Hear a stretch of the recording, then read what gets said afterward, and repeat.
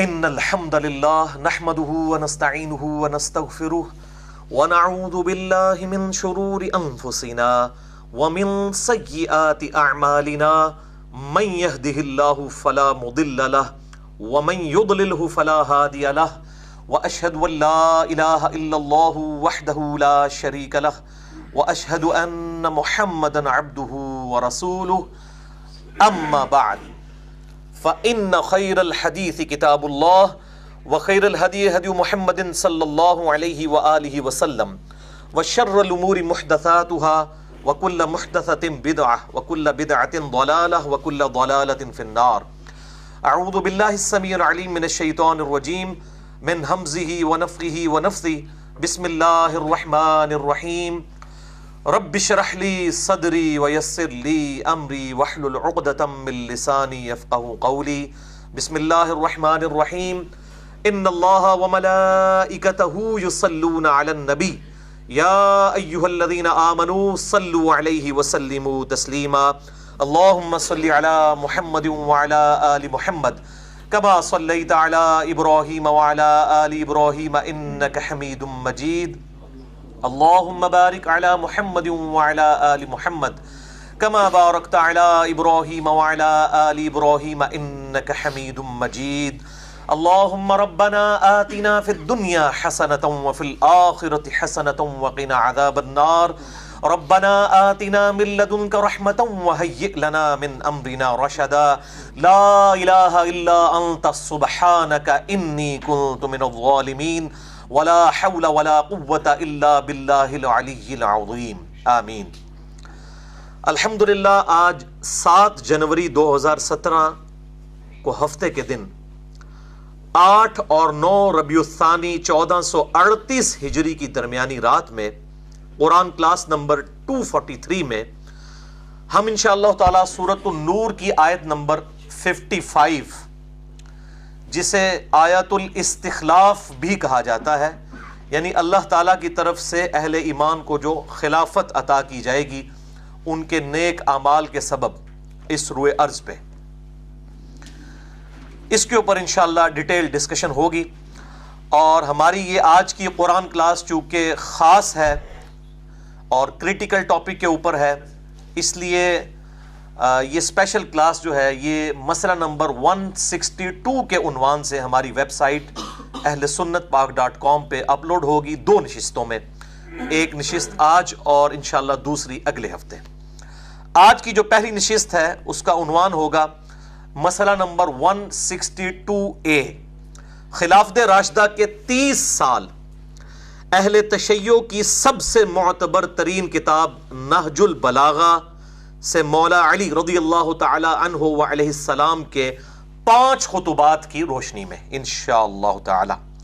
اور اگلی مرتبہ انشاءاللہ مسئلہ نمبر 162B ہوگا خلافت راشدہ کے 30 سال اہل سنت کی کتابوں صحیح بخاری، صحیح مسلم، ابو داؤد، ترمذی، نسائی، ابن ماجہ، مسند احمد اور باقی کتابوں سے انشاءاللہ تعالی 5 صحیح الاسناد احادیث کی روشنی میں انشاءاللہ تعالی.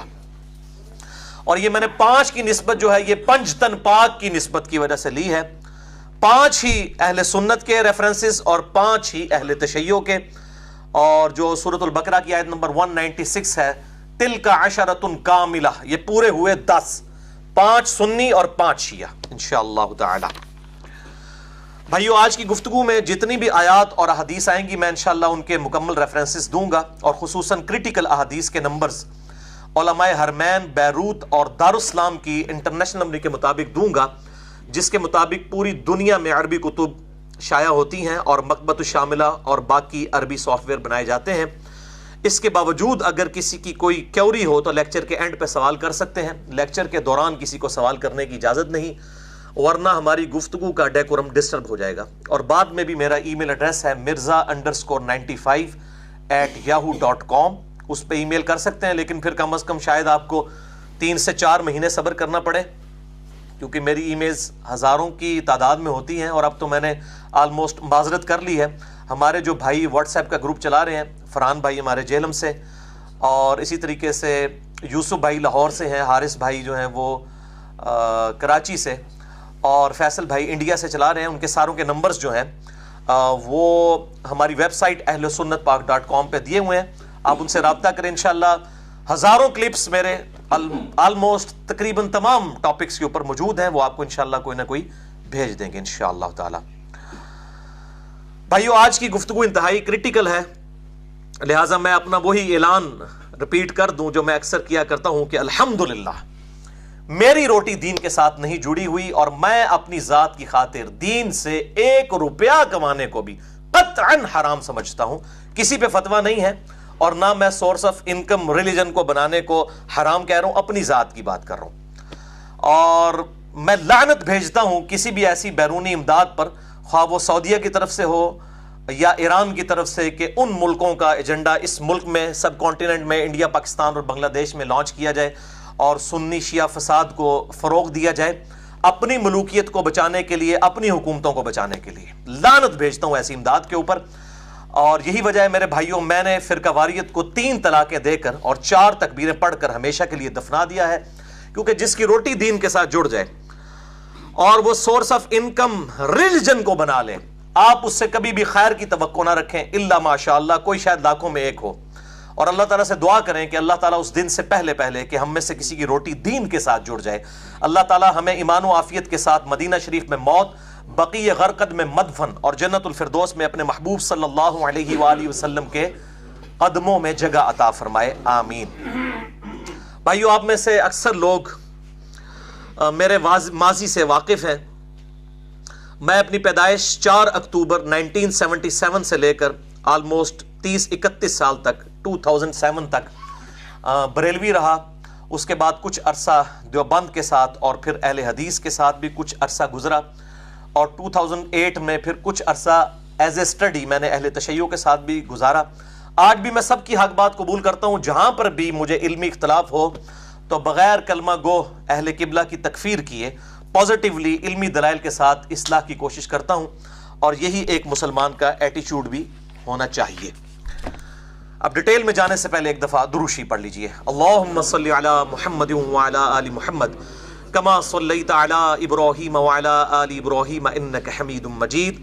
اللہم بارک علی محمد وعلی آل محمد کما بارکت علی ابراہیم وعلی آل ابراہیم انک حمید مجید. پہلے ہم سورۃ النور کی آیت نمبر 55 آیت الاستخلاف یعنی خلیفہ مقرر کرنے کا بیان، اللہ تعالیٰ کی طرف سے اہل ایمان کو اس روئے ارض کی خلافت ملے گی، اس کو کور کرتے ہیں. اعوذ باللہ من الشیطان الرجیم، بسم اللہ الرحمن الرحیم. سورۃ النور آیت نمبر 55. وعد اللہ الذین آمنوا منکم وعملوا الصالحات، اللہ کا یہ وعدہ ہے تم میں سے ان لوگوں کے ساتھ جو ایمان لے کر آئے اور نیک اعمال کیے. 3 وعدے ہیں. نمبر 1، لَيَسْتَخْلِفَنَّهُمْ فِي الْأَرْضِ كَمَا اسْتَخْلَفَ الَّذِينَ مِنْ قَبْلِهِمْ، میں ضرور بالضرور انہیں زمین میں خلافت دوں گا، حکومت دوں گا، جیسا کہ میں نے اگلے لوگوں کو جو ان سے پہلے گزر چکے ان کو دی تھی. یہ تاکید 2 دفعہ آئی ہے، ایک لام تاکید کے ساتھ اور دوسرا نون تشدید کے ساتھ. 2 دفعہ تاکید ہے، ضرور بالضرور دوں گا. نمبر 2، دوسرا وعدہ، وَلَيُمَكِّنَنَّ لَهُمْ فِي دِينِهُمُ الَّذِي ارْتَضَىٰ لَهُمْ، اور میں ضرور بالضرور انہیں تمکن دوں گا اس دین کے معاملے میں جو میں نے ان کے لیے پسند کیا ہے، جو ان کو پسند ہے اس دین کو بھی استقامت دوں گا. اور وہ کون سا دین؟ ان الدین عند اللہ الاسلام، the only acceptable religion in the sight of Allah is Islam. اور یہ جو فرمایا کہ پسندیدہ دین اللہ نے جو پسند کیا ہے اس امت کے لیے، اس کا ذکر بھی سورۃ المائدہ کی آیت نمبر 3 کے اندر موجود ہے. اليوم اکملت لکم دینکم واتممت علیکم نعمتی ورضیت لکم الاسلام دینا، آج کے دن میں نے تمہارا دین تمہارے لیے مکمل کر دیا، اپنی نعمت تم پر تمام فرما دی اور اسلام کو ایز اے ریلیجن تمہارے لیے پسند فرمایا. یہ حجت الوداع کے موقع پر یہ آیت نازل ہوئی، بخاری اور مسلم میں اس کا کانٹیکسٹ موجود ہے. اور تیسرا وعدہ، وَلَيُبَدِّلَنَّهُم مِّن بَعْدِ خَوْفِهِمْ أَمْنًا، اور میں ضرور بالضرور اس خوف کو امن سے بدل دوں گا. یعنی اللہ تعالیٰ جب حکومت دے گا، وہاں پر عرب قبائل تھے، لوٹا کرتے تھے. اب یہ ایک ڈیٹیل طلب ٹاپک ہے. اللہ تعالیٰ نے اسلام کی برکت سے وہاں پر امن قائم کیا. یہ تیسرا وعدہ اللہ تعالیٰ کا پورا ہوا. یعبدوننی لا یشرکون بی شیئا، پھر وہ میری ہی عبادت کریں گے کسی بھی چیز کے شرک سے بچتے ہوئے. وہ تو پہلے ہی کر رہے تھے، لیکن جب حکومت بھی اللہ کی آ جائے گی اور اللہ کا نظام اس دنیا کے اوپر غالب ہوگا تو پھر کسی بھی درجے میں کوئی شرک نہیں رہے گا. جب خلافت کا نظام ہوگا تو پولیٹیکلی بھی ریلیجن غالب ہو جائے گا. جو اللہ تعالیٰ کا اپنے محبوب صلی اللہ علیہ وآلہ وسلم کے ساتھ وعدہ ہے سورہ الصف کی آیت نمبر 9 میں، هو الذی ارسل رسولہ بالہدی ودین الحق لیظہرہ علی الدین کلہ. وہی اللہ ہے جس نے اپنے محبوب صلی اللہ علیہ وسلم کو الہدا یعنی قرآن کے ساتھ اور دین حق کے ساتھ مبعوث کیا تاکہ اس دین کو تمام ادیان پر غالب کر دے. ولو کرہ المشرکون، چاہے مشرک اس کا برا مانے. اور یہ الٹیمیٹلی آخری غلبہ ہونا ہے جب امام محمد بن عبداللہ المہدی رضی اللہ تعالیٰ عنہ علیہ السلام کی حکومت اور خلافت پورے اس زمین کے اوپر نافذ ہو جائے گی اور اہل سنت، اہل تشیع، پوری انسانیت اس پر اتفاق کر لے گی. اور اس کانٹیکسٹ میں نے 2 گھنٹے کا لیکچر ریکارڈ کروا دیا ہے. مسئلہ نمبر 127B، امام محمد مہدی علیہ السلام کی خلافت جو ہے اس پہ اہل سنت اور اہل تشیع کا اجماع ہوگا. تو یہ میرے بھائیوں اللہ تعالیٰ کا وعدہ ہے کہ اس طرح کا نظام قائم ہوگا. اس کی ایک جھلک 29 سالوں میں اللہ تعالیٰ نے دکھائی، اور پھر الٹیمیٹلی امام محمد مہدی کی خلافت جب قائم ہوگی تو دنیا میں کوئی ایسا گھر اور ایسا خطہ نہیں بچے گا جہاں پر اسلام کی دعوت نہ پہنچ چکی ہو. وَمَنْ كَفَرَ بَعْدَ ذَلِكَ، اب جو کوئی اس کے بعد ناشکری کرے گا، کفران نعمت کرے گا، کفر کرے گا، فَأُولَئِكَ هُمُ الْفَاسِقُونَ، پھر ایسے ہی لوگ ہوں گے جو فاسق ہوں گے. وَلِعَوْذُ بِاللَّهِ تَعَالَى.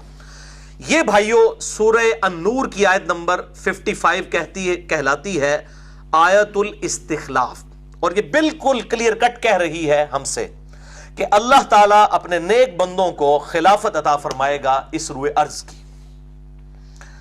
اور اس کی پریکٹیکل مثال سیدنا ابو بکر، سیدنا عمر، سیدنا عثمان اور سیدنا علی رضی اللہ عنہم اجمعین وعلیہم السلام کی خلافت راشدہ ہے. اور مولا حسن علیہ السلام کی 6 مہینے بھی مولا علی والی خلافت میں شامل ہے، 30 سال. اور اس آیت مبارکہ آیت استخلاف جو ہے، اس کو جو میں نے اس حوالے سے ڈسکس کرنا شروع کیا ہے، یہ کوئی میری ذاتی اختراع اور بدعت نہیں ہے، بلکہ اہل سنت اور اہل تشیع دونوں کتابوں میں اس آیت استخلاف کو دلیل بنایا گیا ہے خلافت راشدہ کی. میں آج انشاءاللہ تعالیٰ اس کے حوالے بھی دوں گا. اہل سنت کے تو ڈیٹیل انشاءاللہ اگلی دفعہ دوں گا. بہرحال میں 2 حوالے ضرور بتا دیتا ہوں، اس کو ڈیٹیل کے ساتھ اگلی دفعہ انشاءاللہ ڈسکس کریں گے. اہل سنت میں 2 بہت بڑے امام. پہلے نمبر پر امام محمد بن حسین الآجری المتوفى 360 ہجری، انہوں نے کتاب لکھی ہے الشریعہ. اس میں انہوں نے حدیث سفینہ لی ہے کہ میرے بعد خلافت راشدہ 30 سال تک رہے گی، اس کے بعد کاٹ کھانے والی ملوکیت کا دور شروع ہو جائے گا اور جابر حکمرانوں کا، جو صلح حسن 41 ہجری کے بعد شروع ہو گیا. حدیث سفینہ لی ہے انہوں نے الشریعہ کتاب میں 1156 نمبر پہ، اور اس کی ہیڈنگ میں انہوں نے اسی آیت کو دلیل بنایا ہے خلافت راشدہ کی. اور اس پہ جو انہوں نے کمنٹس کیے ہیں وہ انشاءاللہ چونکہ اہل سنت کی باری اگلی دفعہ آئے گی، میں انشاءاللہ اس میں ورڈ بائی ورڈ وہ کمنٹس بھی بتاؤں گا. اور دوسرا ریفرنس ہے امام ابو بکر احمد بن حسین بن علی البیہقی. اب یہ دیکھ لیں دونوں اماموں کے ناموں کے اندر حسین علی آ رہا ہے، کیونکہ یہ آج والی بیماری نہیں تھی. آج تو حسین اور علی کسی کے پاسپورٹ پہ لکھا ہو تو عرب ملکوں میں اس کو علیحدہ لائن میں لگا دیا جاتا ہے اور اس کو سنی شیعہ کنفلکٹ کا ذریعہ بنا دیا ہے. حالانکہ اہل سنت کے اکثر ائمہ کے نام یہی ہیں. امام مسلم کی کنیت کیا ہے؟ ابو الحسین مسلم بن حجاج قشیری رحمہ اللہ تعالی المتوفى 261 ہجری. اور یہاں پہ بھی امام بیہقی کے نام میں کیا آ رہا ہے؟ ابو بکر احمد بن حسین بن علی البیہقی المتوفى 458 ہجری. ان کی بڑی مشہور کتاب ہے الاعتقاد، یہ عقیدوں پہ انہوں نے کتاب لکھی ہے. اس میں انہوں نے حدیث نمبر 321 کے کانٹیکسٹ میں ایکسپلینیشن کے دوران اسی آیت کو، آیت الاستخلاف سورۃ النور آیت نمبر 55 کو خلافت راشدہ کی دلیل بنایا ہے۔ یہ انشاءاللہ تعالی ہم ڈیٹیل سے اگلی دفعہ مسئلہ نمبر 162B میں ڈسکس کریں گے۔ بھائیو انشاءاللہ آج کا لیکچر جو ہے ایک ہسٹری بننے جا رہا ہے انشاءاللہ تعالی، ایک ویڈیو بک انشاءاللہ اہل سنت اور اہل تشیع کے درمیان جو کنفلکٹ ہے، اس میں ہارمنی کی کا ایٹیچیوڈ کیا ہونا چاہیے انشاءاللہ تعالی، اس حوالے سے اور اس لیکچر کی سینسٹیوٹی کے پیش نظر میں نے آج اپنا بیک گراؤنڈ جو ہے یہ ریڈ کلر کا لگایا ہے، تاکہ لوگوں کو اندازہ ہو یہ کوئی سنی شیعہ کی ریپرزنٹیشن نہیں ہے، بلکہ اس ٹاپک کی سینسٹیوٹی کی کو خیال رکھتے ہوئے یہ ریڈ بیک گراؤنڈ میں نے استعمال کیا ہے۔ اور آج کے لیکچر میں ہم روٹین سے ہٹ کر اہل سنت کی بجائے اہل تشیع کے ریفرنسز کو پہلے نمبر پر ڈسکس کرنے جا رہے ہیں، اور میں یہ چاہ رہا ہوں کہ اہل سنت کا مقدمہ اہل تشیع کی عدالت میں رکھا جائے، ان کی کتابوں کی روشنی میں، ہماری کتابوں کی روشنی میں نہیں۔ اور اسی لیے میں نے اہل تشیع کے جو ریفرنسز ہیں ان کو آج ڈسکس کرنا ہے، اور اہل سنت کے ریفرنسز اگلی دفعہ الگ لیکچر میں انشاءاللہ تعالی مسئلہ نمبر 162B کے اندر۔ اور یہاں پر میں سنی اور شیعہ عوام کے لیے تمہیداً کچھ باتیں عرض کر دوں، کیونکہ میں نے جس کتاب کا حوالہ دینا ہے اس کا مقام اہل تشیع کے ہاں من و عن اسی طریقے سے ہے جس طرح اہل سنت کے ہاں صحیح بخاری کا مقام ہے۔ اگرچہ اصول الکافی کتاب ہے ان کی احادیث کی، وہ آپ کہہ سکتے ہیں صحیح بخاری کے مقابلے کے اوپر اس کتاب کو وہ مانتے ہیں، اور وہ بھی امام بخاری رحمہ اللہ تعالیٰ کے 50-60 سال کے بعد لکھی گئی، لیکن جس کتاب کو شہرت حاصل ہوئی وہ ہے میرے بھائیوں یہ کتاب نہج البلاغہ۔ یہ اہل تشیع کے بچے بچے کو اس کتاب کا اندازہ ہے کہ یہ کتاب اہل تشیع کی مین سٹریم کی نمبر 1 کتاب ہے قرآن حکیم کے بعد۔ سیدنا مولا علی رضی اللہ تعالیٰ عنہ علیہ السلام کے خطبات کا یہ مجموعہ ہے نہج البلاغہ، اور یہ میرے ہاتھ میں جو ترجمہ ہے یہ میرے بھائیوں اہل تشیع کا سب سے بیسٹ ترجمہ پاکستان کے اندر، ان کے جو بہت بڑے اسکالر ہیں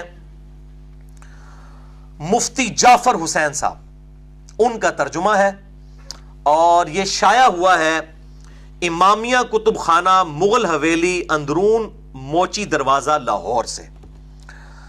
اور اس میں سے میں انشاءاللہ مولا علی علیہ السلام کے خطبات ورڈ بائی ورڈ پڑھوں گا، خود میں نے ترجمہ نہیں کیا، اسی میں سے پڑھوں گا، تاکہ کسی کے دماغ میں شیطان یہ بھی وسوسہ نہ ڈال دے کہ اپنے کولوں پہ گلا کرتا ہے۔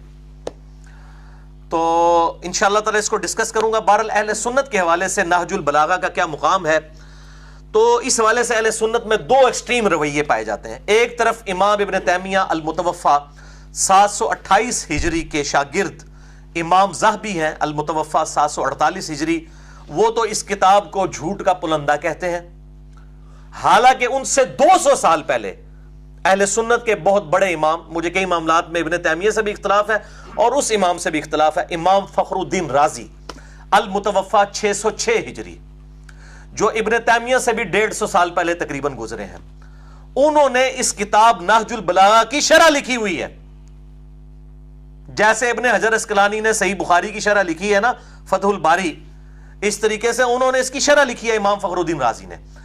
تو اب شرح لکھ رہے ہیں، ظاہر ہے اس سے وہ رزلٹ نکال رہے ہیں، تو یہ 2 ایکسٹریم رویے ہیں۔ میرا موقف اس کتاب کے بارے میں یہ ہے، جس طرح کے باقی کتابوں کے بارے میں جو سنیوں کی کتابیں بھی ہیں، کہ اس کے اندر غلط چیزیں بھی ہیں، صحیح چیزیں بھی ہیں، تو جو پازیٹیو چیزیں ہیں انشاءاللہ میں اس کو آج کوٹ بھی کرنے جا رہا ہوں، مولا علی علیہ السلام کے خطبات اس میں سے۔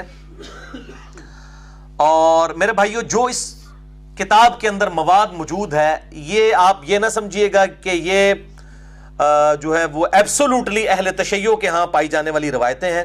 نہج البلاغہ کے اندر وہ روایتیں پائی جاتی ہیں جو ہماری اہل سنت کی کتابوں میں موجود ہیں۔ آج بھی یہ جتنی ریفرنسز آئیں گے، میں اگر ان کے ریفرنسز اہل سنت کی کتابوں سے صحیح بخاری صحیح مسلم سے دینا شروع کروں تو میں نہج البلاغہ کے ان خطبات کو بخاری اور مسلم سے ثابت کر سکتا ہوں۔ تو یہ الحمدللہ اس حوالے سے کوئی ایسی چیز نہیں ہے کہ جس کے اوپر کوئی خطرہ ہو کہ یہ کوئی اس قسم کی چیزیں پڑھنے لگا۔ اہل سنت کے ہاں کئی ایک کتابیں ہیں جن کے اندر یہ خطبات موجود ہیں، اور اس میں ٹاپ آف دا لسٹ کتاب میں آپ کو بتا دیتا ہوں، امام بخاری اور امام مسلم کے استاد ہیں امام ابن ابی شیبہ رحمہ اللہ تعالی المتوفی 235 ہجری. 1500 حدیثیں صحیح مسلم میں اس امام سے لی گئی ہیں اور صحیح بخاری میں بھی احادیث موجود ہیں. 20% آف صحیح مسلم اس امام نے روایت کیا ہے. اسی المصنف ابن ابی شیبہ میں لاسٹ کے اندر جا کے بالکل اینڈ پہ چیپٹر ہے کتاب الجمل. یہ میرے بھائیوں کتاب الجمل, یہ فرحان بھائی یہ والا پیج دکھا دیجئے. کتاب الجمل, چونکہ جمل سے ہی سارے فتنوں کا آغاز ہوا, اس کے اندر 3 باب انہوں نے بنائے ہیں. پہلا باب جو ہے سیدنا طلحہ, زبیر اور سیدہ عائشہ کا جو قافلہ نکلا تھا مولا علی کے خلاف جمل کے لیے, اور اس کے بعد جنگ صفین پہ چیپٹر ہے, پھر جنگ نہروان کے اوپر چیپٹر ہے, اور یہ 187 احادیث اور آثار اس کے اندر امام ابن ابی شیبہ نے جمع کی ہیں. کئی ایک روایتیں اس کے اندر وہ موجود ہیں جو کہ نہج البلاغہ میں من و عن اسی طریقے سے موجود ہیں. الحمدللہ یہ کتاب ہو گئی المصنف ابن ابی شیبہ کا یہ چیپٹر, اور یہ چیپٹر اردو میں الحمدللہ چونکہ آ چکی 11 جلدوں کے اندر. یہ دنیا میں اہل سنت کی سب سے بڑی کتاب یہی ہے المصنف ابن ابی شیبہ. امام بخاری امام مسلم کے استاد ہیں اور تقریباً 38 سے 39 ہزار احادیث اور آثار ہیں. اس سے بڑی کوئی کتاب نہیں ہے. اس کے بعد جو دوسرا نمبر ہے وہ احمد بن حنبل کی کتاب کا ہے, وہ بھی 27,647 احادیث ہیں. اس سے 13-14 ہزار اس میں کم ہے. اس سے بڑی کوئی کتاب ہی نہیں ہے اہل سنت کی. تو اس کا یہ چیپٹر کتاب الجمل والا, جس میں باب پہلا جمل کے اوپر, پھر دوسرا صفین اور تیسرا نہروان پہ, مولا علی علیہ السلام کی ان جنگوں کی حقانیت کے اوپر, سعودی عرب کے سرٹیفکیٹ یا ایران کے سرٹیفکیٹ کے ساتھ نہیں, میرے محبوب صلی اللہ علیہ وآلہ وسلم کی ان احادیث کے سرٹیفکیٹ کے ساتھ, جن میں سے اکثر احادیث بخاری اور مسلم کے اندر موجود ہیں. اور میں نے الحمدللہ اس کے اوپر پورا ریسرچ پیپر بھی لکھا ہے, میں انشاءاللہ اس کا بھی تعارف کرواؤں گا. تو یہ چیپٹر میں نے ریسرچ پیپر نمبر 5C کے عنوان سے اہل سنت پاک.com پہ اپلوڈ کروا دیا ہے. اردو کے اندر بھی ہے, ہندی کے اندر بھی. اسی طریقے سے میرے بھائیوں ایک اور کتاب ہے اہل سنت کی, فضائل صحابہ. یہ دنیا میں صحابہ اکرام علیہم رضوان کے فضائل پر سب سے بڑی کتاب ہے. پہلی دفعہ اردو زبان میں شائع ہوئی ہے ہمارے جہلم شہر سے ہی, بک کارنر سے.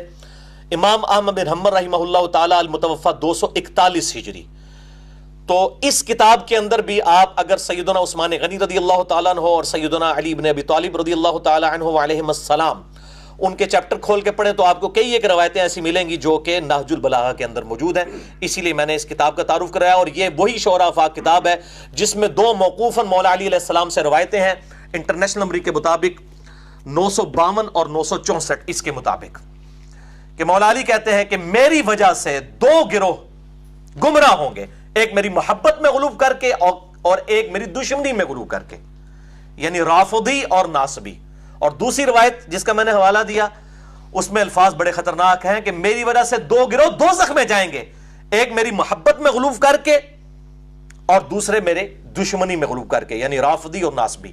اب یہ اہل سنت کی ذمہ داری ہے کہ ان کے اندر جو ناصبی گھسے ہوئے ہیں ان کی اصلاح کریں, اور اہل تشیع کی ذمہ داری ہے کہ ان کے اندر جو رافضی گھسے ہوئے ہیں وہ ان کی اصلاح کی کوشش کریں علمی دلائل کے ساتھ.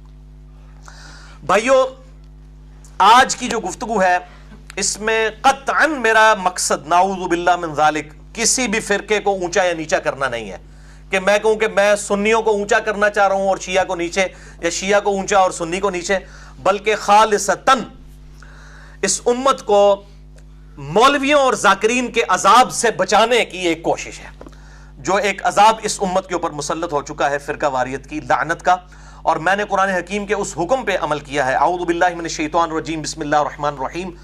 سورہ آل عمران آیت نمبر 64, قل یا اہل الکتاب تعالوا الی کلمۃ سواء بیننا وبینکم الا نعبد الا اللہ. آؤ اہل کتاب, جیوز اور کرسچنز, تم اور ہم اس بات پر اکٹھے ہو جائیں جو تم میں اور ہم میں کامن ہے, یعنی مت عبادت کریں سوائے اس اللہ کے. اسی طریقے سے ہم اہل سنت اور اہل تشیع کو بھی دعوت دیتے ہیں کہ آپ بھی کامن ٹرمز کے اوپر اکٹھے ہوں. اگر جیوز اور کرسچنز اکٹھے ہو سکتے ہیں مسلمانوں کے ساتھ کامن ٹرمز پہ, تو مسلمانوں کے اندر جو گروہ بندی ہو چکی ہے کیا وہ اکٹھے نہیں ہو سکتے؟ بالکل ہو سکتے ہیں. تو بھائیو یہ نہج البلاغہ کا لغوی معنی ہے بلاغت کا راستہ, پہنچانے کا راستہ. یہ نہج منہج یہ ہم راستے کے لیے استعمال کرتے ہیں. اس طریقے سے وما علینا الا البلاغ, ہمارا کام تو نہیں مگر پہنچا دینا. بلاغ کہتے ہیں پہنچانے کو. ذرائع ابلاغ بھی استعمال ہوتا ہے اردو زبان کے اندر. اہل تشیع کے ہاں اس سے معتبر کوئی کتاب نہیں ہے. اور یہ نہج البلاغہ جو کتاب ہے یہ 4 صدی ہجری کے اندر اہل تشیع کے بہت بڑے امام ہیں, امام رضی شریف, اردو میں ہم رضی کہیں گے, عربی میں رضی شریف, المتوفا 359 ہجری 359 ہجری میں فوت ہوئے. صرف 47 سال کی عمر انہوں نے پائی. اور المتوفا 406 ہجری 359 میں وہ پیدا ہوئے اور 406 میں 406 میں وہ فوت ہوئے 47 ایئرز میں. اور پاکستان میں اردو زبان میں اس کا ترجمہ یہ میں نے جو آپ کو دکھایا, مفتی جعفر حسین صاحب کا یہ ترجمہ جو لاہور سے شائع ہوا ہے, یہ سب سے اتھینٹک اور آسان ترجمہ ہے, بڑی آسانی کے ساتھ مارکیٹ میں اویلیبل ہے, آپ لے سکتے ہیں اسی کتاب کا ترجمہ. خطبات اس کتاب میں سے بہت سے پیش کیے جا سکتے تھے, لیکن میں پنجتن پاک کی نسبت سے صرف 5 حوالوں کے اوپر جو ہے وہ کفایت کروں گا. اور کسی بندے کو ہدایت تک پہنچنے کے لیے 5 حوالے بھی بہت ہوتے ہیں, نہ ماننا ہوتا دل بے ایمان تے اجدا ٹھیر, 1000 دلائل بھی کچھ نہیں ہوتے, اور بات ماننے والے کے لیے ایک دلیل بھی جو مضبوط ہو وہ کافی ہوتی ہے الحمدللہ. اور تمہیدن میں آخری بات اس کانٹیکسٹ میں کر دوں ان 5 خطبات کو ڈسکس کرنے سے پہلے کہ میرے بھائیوں, یہ جو میں ٹرمز استعمال کر رہا ہوں, مولا علی یا علیہ السلام یا اسی طریقے سے پنجتن پاک, غدیر خم, یہ وہ ٹاپکس ہیں جس کے اوپر میرے گھنٹوں کے لیکچرز الحمدللہ ملینز آف پیپل تک پہنچ چکے ہیں, اور 2 لیکچرز ان کے کلپس ملینز آف پیپل تک پہنچے ہیں. میں ان کے ریفرنسز دے دیتا ہوں کیونکہ اب کسی کے دماغ میں اگر کیڑا آ جائے یہ ٹرمز کون سی استعمال کر رہا ہے, یہ ٹرمز سب کی سب سنی اور شیعہ کے درمیان کامن ہے, میں نے بخاری اور مسلم سے ان ٹرمز کو ثابت کیا ہے. تو جسے شوق ہو تو اس کے لیے میں نے لیکچر 2 ریکارڈ کروا دیے ہیں. مسئلہ نمبر 101 ہے 101, خلافت و ملوکیت صحیح مسئلہ خروج اور فکر حسین حق پرستی کی علامت ہے, یہ میرا لیکچر ہے. اور دوسرا لیکچر ہے مسئلہ نمبر 102 102 نمبر مسئلہ, اور وہ ہے فضائل حسین اور یزید کے برے کرتوتوں کے جھوٹے دفاع کے علمی جوابات. یہ دونوں لیکچرز جسے شوق ہو تو وہ دیکھ سکتا ہے.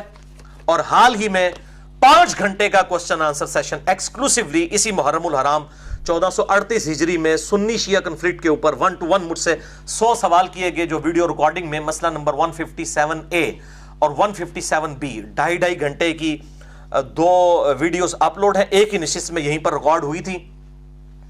جسے شوق ہو تو وہ دیکھ سکتا ہے. اور ریٹن فارم میں اگر کسی کو شوق ہو, پولیٹیکل سسٹم آف اسلام اور خلافت راشدہ, اس حوالے سے میرے بھائیوں یہ بہت بڑی خدمت ہے. مولانا مودودی رحمہ اللہ تعالی المتوفا 1979 عیسوی کی کتاب الجہاد فی الاسلام جو انہوں نے 22 سال کی عمر میں لکھی, اور ڈاکٹر اقبال المتوفا 1938 عیسوی شاعر مشرق, ان کی تقریض ہے اس کتاب کے اوپر الجہاد فی الاسلام. اس میں سارا انہوں نے بریف کیا ہے, لونڈیوں کا سسٹم کیا ہے, اسی طریقے سے جزیہ لینا, اسلام کا جو خلافت کا نظام ہے, کیوں اسلام میں صحابہ کرام علیہ رضوان کافروں پر چڑھ دوڑے, اور اس طریقے سے جو ان سے جنگ کرنے کے لیے آئے ان کی عورتوں کو لونڈیاں بنایا, سب عورتوں کو نہیں جو جنگ کرنے کے لیے آئے, اور غلام بنایا ان کے مردوں کو. اس حوالے سے جو علمی اعتراضات کیے جاتے تھے غیر مسلموں کی طرف سے پولیٹیکل سسٹم آف اسلام پہ, وہ اس کے اندر لکھے. اور یہ ہے میرے بھائیوں ان کا ایٹم بم, خلافت و ملوکیت. یہ الجہاد فی الاسلام بھی تخریج کے ساتھ آ چکا ہے, مکمل ریفرنسز کے ساتھ. یہ خلافت و ملوکیت کی بالکل نئی پرنٹنگ آئی ہے, اور اس میں باقاعدہ ریفرنسز بھی نیچے موجود ہیں کہ کہاں کہاں سے لی گئی, پوری تخریج کے ساتھ. بالکل یہ نئی پرنٹنگ خلافت و ملوکیت, جسے میں کہتا ہوں علمی ایٹم بم. دنیا میں پولیٹیکل سسٹم آف اسلام کے اوپر کوئی کتاب نہیں ہے ان 1400 سالوں کے اندر اس کتاب کے مقابلے کی, بلکہ لکھی نہیں گئی ہے. یہ تو اس کو پھر سنی شیعہ کا مسئلہ بنا دیا جاتا تھا. یہ مولانا مودودی کی جرت ہے, اور اسی کی اگلا ورژن آپ کو پتا ہے کہ اللہ تعالیٰ معاملات کو وقت کے ساتھ ساتھ امپروو فرماتا ہے. وہ ہے میرے بھائیو یہ جو ہم نے ایٹم بم پھینکا ہے, یہ بلکہ ہائیڈروجن بم ہے. وہ ایٹم بم تھا, یہ ہائیڈروجن بم ہے, اس سے 50 گنا تباہی کرنے والا الحمدللہ علمی طور پر دلائل کے اعتبار سے. ریسرچ پیپر نمبر 5B 4 زبانوں کے اندر. پہلے میں نے عربی میں لکھا, یہ کہتے ہیں عربی میں پہلے لکھا، اس کے بعد اردو ترجمہ ہوا، پھر ہندی ترجمہ، پھر انگلش میں ترجمہ۔ واقعہ کربلا کا حقیقی پس منظر 72 صحیح الاسناد احادیث کی روشنی میں، سب کی سب اہل سنت کی کتابوں سے، اور 150 روایتیں میں نے اکٹھی کی ہیں۔ 72 کا ٹائٹل صرف شہدائے کربلا کی نسبت سے لیا، ایک ایک نمبر کے اوپر کئی احادیث ہیں۔ مثلا 33 نمبر پہ غدیر خون کے کم از کم میں نے 8 طریق جمع کیے ہیں، لیکن نمبر اس کو 33 دیا ہے۔ تو یہ میرے بھائیوں ریسرچ پیپر ہے، جسے شوق ہو تو اہل سنت پاک.com سے مفت ڈاؤن لوڈ کر سکتے ہیں اس کا PDF۔ اور آپ کے لیے میں خوشخبری بھی بتا دوں اس لیکچر کی برکت سے کہ اس کا اگلا ورژن بھی آنے لگا ہے، جس میں میں نے شہادت عثمان کے اصلی اسباب بتائے ہیں، حکمرانوں کی لکھوائی ہوئی تاریخ نہیں۔ بخاری اور مسلم کی روشنی میں نے بتایا کہ یہ جو ڈھنڈورا پیٹا جا رہا ہے کہ جی یہ کوئی عبداللہ بن سبا تھا، ایک اس نے سارے صحابہ کی مت مار دی تھی، نعوذ باللہ من ذالک، چند مجرموں کو بچانے کی خاطر عبداللہ بن سبا کا ڈھونگ رچایا۔ عبداللہ بن سبا تھا، اس کو مولا علی نے ہی قتل کروایا، وہ بعد کا مسئلہ ہے۔ قتل عثمان میں اس کا کوئی ہاتھ نہیں ہے، جن لوگوں کا ہاتھ ہے اور جن لوگوں نے یہ معاملات کیے اور اس خلافت کو ملوکیت میں بدلا، ان کا میں نے چٹا بٹا اس کے اندر مزید کھول دیا ہے۔ اور اب اس کتاب، اس ریسرچ پیپر 5B میں انشاءاللہ 8 پیجز ایڈ ہو جائیں گے۔ عربی ورژن میں نے اس کا لیٹسٹ اپلوڈ کر دیا ہے ویب سائٹ کے اوپر۔ اردو ترجمہ آج کل ہو رہا ہے، تقریباً 2-3 ہفتے کے اندر انشاءاللہ تعالی ہو چکا ہے، ابھی اس کی کمپوزنگ ہونی ہے، یہ فائنل ہو جائے گا۔ 5B کا اگلا ورژن 8 پیجز اس میں ایڈ ہوں گے، میں نے نمبرنگ اسی میں سے نکالی ہے، اس میں بھی 72 نمبر ہی ہیں، اور جو نمبرز کریٹیکل تھے وہ اپنی جگہوں پہ ہیں، میں نے طریق ایڈ کیے ہیں، انشاءاللہ تعالی میں اس کا تعارف اگلے لیکچر میں کروا بھی دوں گا، کہاں کہاں پر میں نے ایڈیشن کی ہے۔ تو انشاءاللہ تعالی اس کے بعد کوئی گنجائش نہیں رہے گی، میں نے ہر چیز کھول کر بیان کر دی الحمدللہ۔ آپ بلکہ سمجھیں کہ خلافت و ملوکیت کا مقدمہ میں نے بخاری اور مسلم اور باقی کتابوں سے الحمدللہ ثابت کیا ہے، اہل سنت کی کتابوں سے، فرقہ واریت کی لعنت سے بالا تر ہو کر۔ جسے شوق ہو تو اس کو ریسرچ پیپر کو ضرور پڑھیں۔ اب ڈیٹیل میں جانے سے پہلے ان 5 خطبات کو ڈسکس کرنے سے پہلے ایک دفعہ پھر دروشی پڑھ لیجئے۔ اللہم صلی علی محمد وعلی آل محمد کما صلیت علی ابراہیم وعلی آل ابراہیم انک حمید مجید۔ اللہم بارک علی محمد وعلی آل محمد کما بارکت علی ابراہیم وعلی آل ابراہیم فی العالمین انک حمید مجید۔ نہج البلاغہ سے سیدنا مولا علی رضی اللہ تعالی عنہ وعلیہ السلام کا پہلا خطبہ، ریفرنس نمبر 1، حجت الاسلام مفتی جعفر حسین صاحب کا ترجمہ، ورڈ بائی ورڈ میں اس میں سے پڑھوں گا۔ پیج نمبر ہے 384 اور خطبہ نمبر ہے 144۔ اس نہج البلاغہ میں سے، یہ دوبارہ دکھا دیجئے ان کو، لاہور سے یہ پرنٹ ہوئی ہے، مفتی جعفر حسین صاحب نے اس کا ترجمہ کیا ہے، اور میں نے اہل تشیع علماء سے پوچھا، ان کا سب سے اتھینٹک ترجمہ یہی ہے جس کو آن کیا جاتا ہے، ان سے بڑا کوئی عالم دین نہیں ہے ان کا۔ تو اسی میں سے ورڈ بائی ورڈ میں پڑھوں گا، لفظ بل لفظ، کوئی الفاظ اپنی طرف سے نہیں انشاءاللہ تعالی۔ تو پہلا خطبہ ہے پیج نمبر 384، خطبہ نمبر 144، آیت الاستخلاف، سورہ نور کی آیت نمبر 55، جس کے کانٹیکسٹ میں آج ہم ڈسکشن کر رہے ہیں۔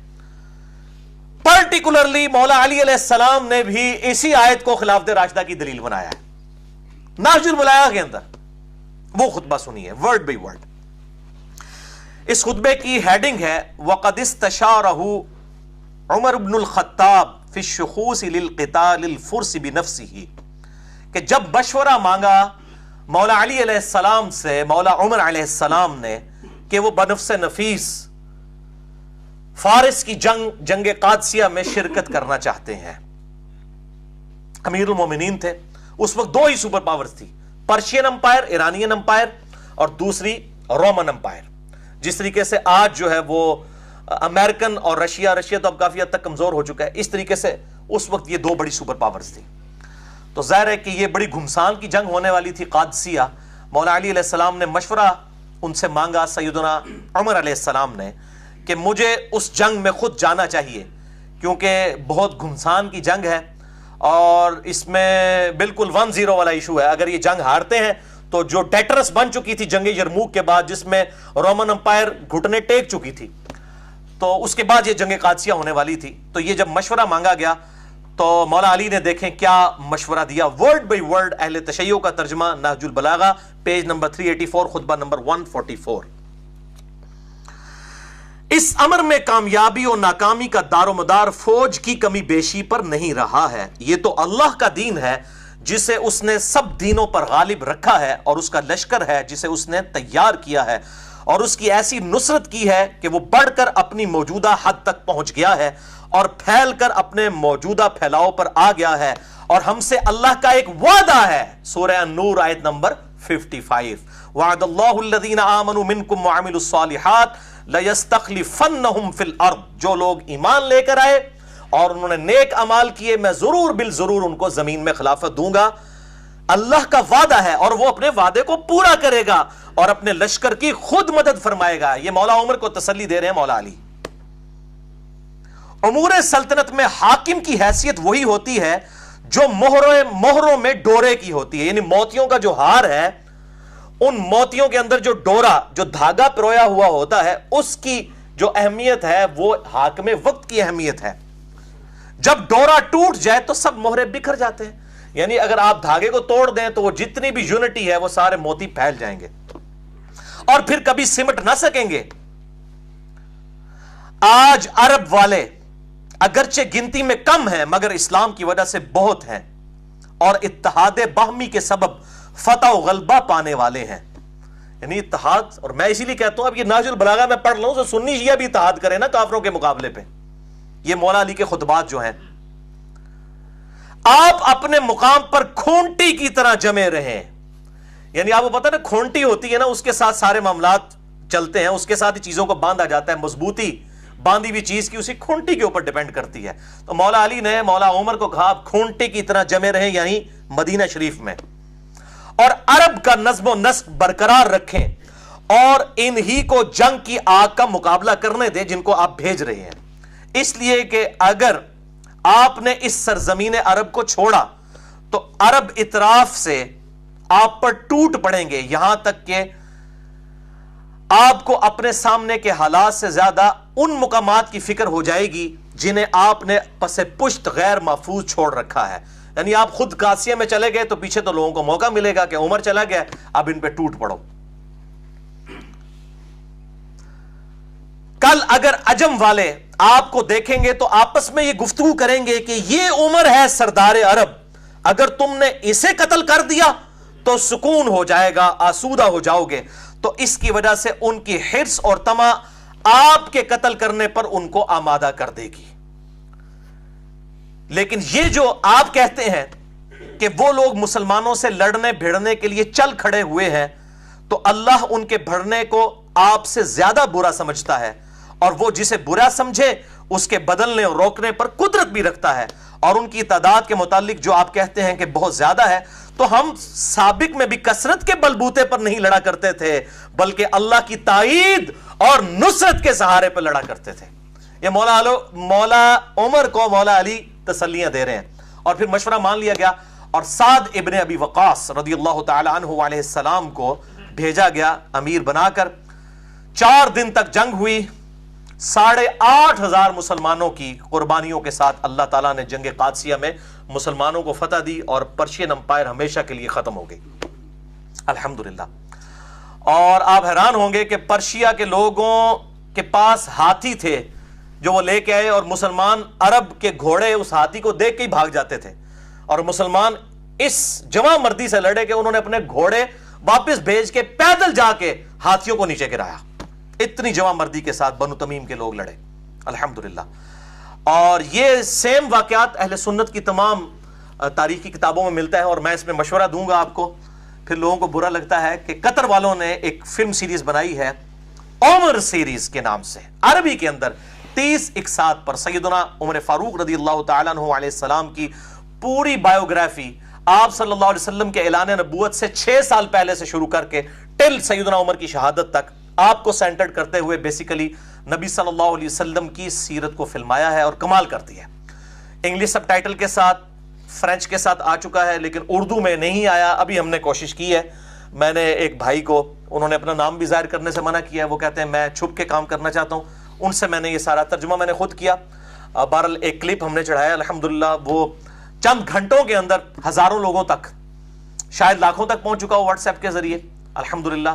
اردو سب ٹائٹل کے ساتھ ایک کلپ سیدنا عمر کا ایک بڑا زندگی کا بہترین واقعہ، وہ ہماری جو فیس بک ہے اس کے اوپر اپلوڈ ہے، انجینئر محمد علی مرزا۔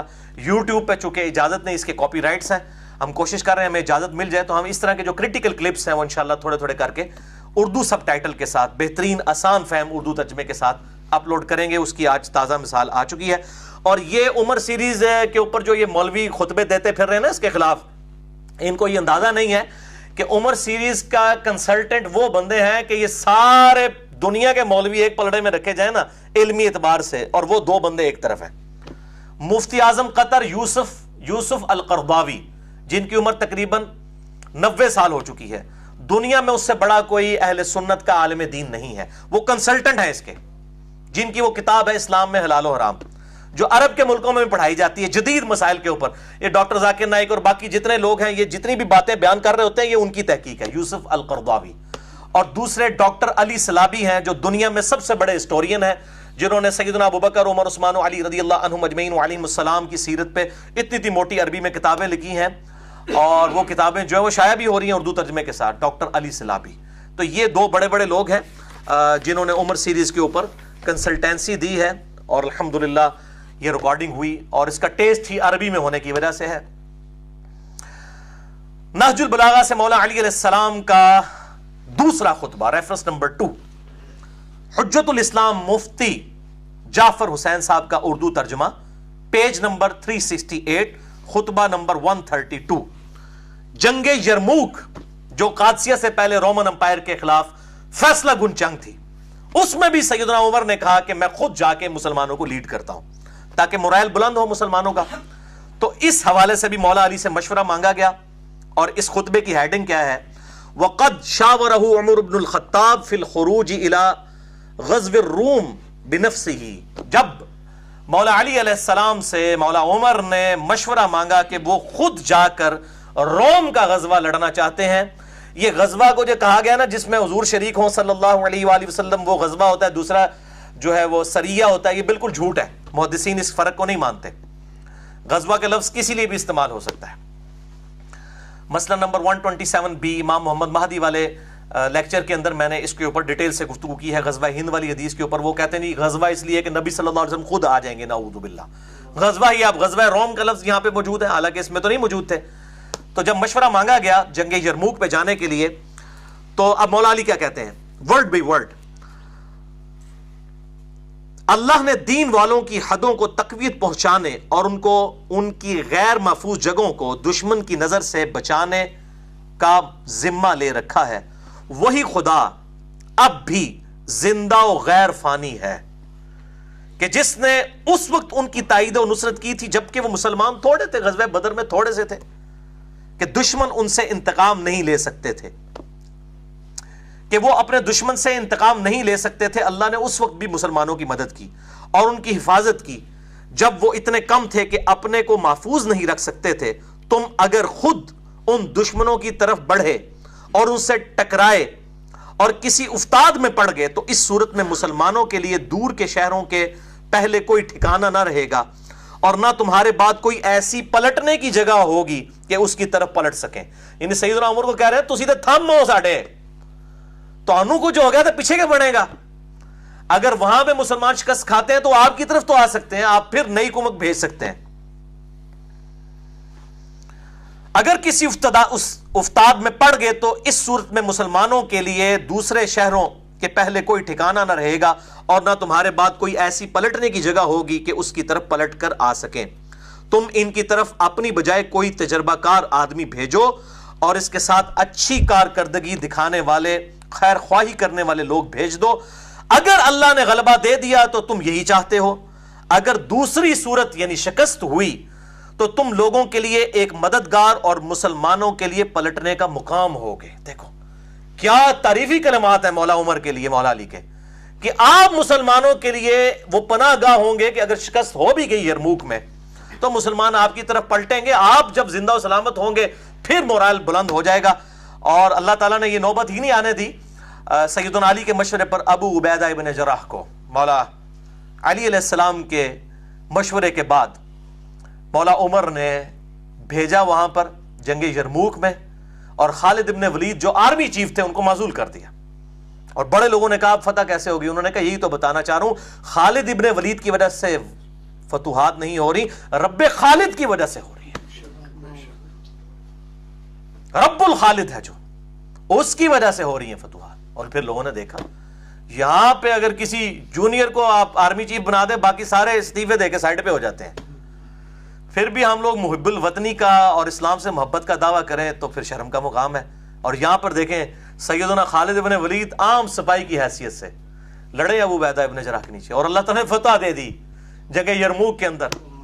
1.5 لاکھ کی فوج اور مسلمان چند ہزار تھے، اللہ تعالیٰ نے فتح دی. اور یہ اللہ تعالیٰ کا وعدہ تھا.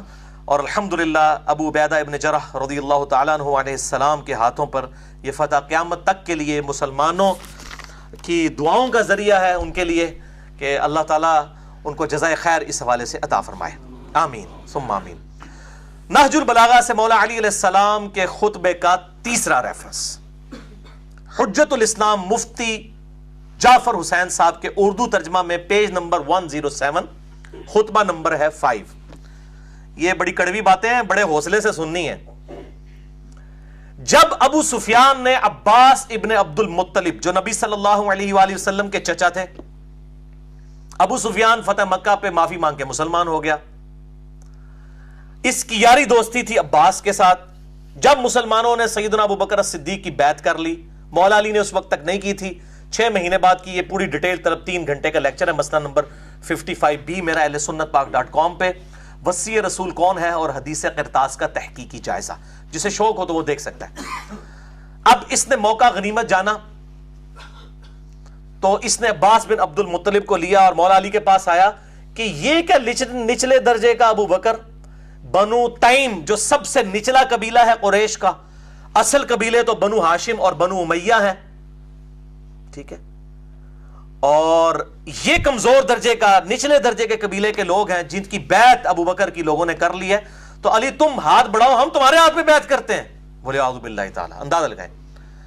تو مولا علی نے کہا تو جب مسلمان ہوا تب بھی اسلام کا دشمن، اور جب تو کافر تھا اس وقت بھی اسلام کا دشمن ہی تھا. خوب ڈانٹا.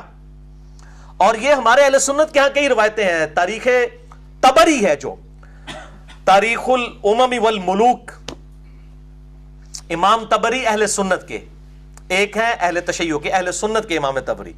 انہوں نے بھی یہ سارے ان کے جو ڈسکشن جو مولا علی کے ساتھ ہوئی وہ نقل کی ہے، اور آپ اردو میں ترجمہ شائع ہو چکا ہے فیصل اکیڈمی لاہور والوں کا 2004 میں، صفحہ نمبر 424 اور جلد نمبر 2 میں یہ سیم خطبہ موجود ہے جو میں نہج البلاغہ سے ورڈ بائی ورڈ مولا علی علیہ السلام نے جو جھڑکا ابو سفیان کو. یہ کہنے لگا میں پیادوں اور سواروں سے بھر دوں گا اس پورے مدینے کو، تیری حمایت کے اندر ابو بکر کو ہٹاؤ. تو مولا علی نے کہا کہ ہاں انہی پیادوں اور سواروں کے ساتھ بھرے گا نا جو تو خندق میں اور احد میں رسول اللہ کے مقابلے پر لے کے آیا تھا جن لوگوں کو، آج ابو بکر کے مقابلے پر میری حمایت کے اندر ان لوگوں کو لے کے آئے گا. اسی لیے میں کہتا ہوں یہ لوگ مطلب ادھر بھی اسلام کے ساتھ دشمنی، یہاں پہ بھی. ظاہر ہے کہ کمزور درجے والے لوگ تھے، نبی علیہ السلام کی ان کو صحبت اتنی نہیں ملی. ہم ان کو صحابی مانتے ہیں، رضی اللہ تعالیٰ عنہ کہتے ہیں، لیکن ان کو صحبت نہیں ملی تو ظاہر ہے وہ کمزوریاں پھر نظر بھی آ رہی ہیں. اب یہ وہ آپ ورڈ بائی ورڈ خطبہ سنیں مولا علی نے کیا ڈانٹا ہے، اور اس میں کئی ایک ٹروتھ ایکسپوز کیے مولا علی نے. اے لوگو، فتنہ و فساد کی موجوں کو نجات کی کشتیوں سے چیر کر اپنے کو نکال لو، تفرقہ اور انتشار کی راہوں سے اپنا رخ موڑ لو.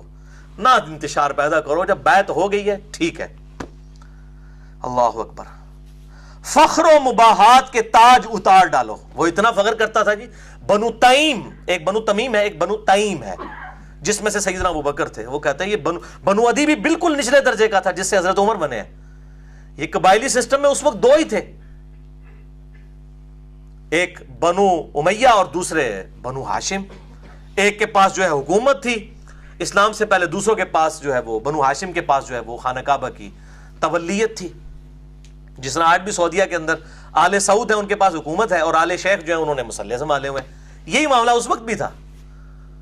تو اب وہ کہہ رہے ہیں کہ جی یہ کمزور درجے کے قبیلوں کے لوگ، ان کو آپ خلیفہ چن رہے ہیں. اب دیکھیں کیا کہہ رہے ہیں، فخر و مباحات کے تاج اتار ڈالو. صحیح طریقہ عمل اختیار کرنے میں کامیاب وہ ہے جو اٹھے تو پر اور بال کے ساتھ اٹھے اور نہیں تو اقتدار کی کرسی دوسروں کے لیے چھوڑ دے۔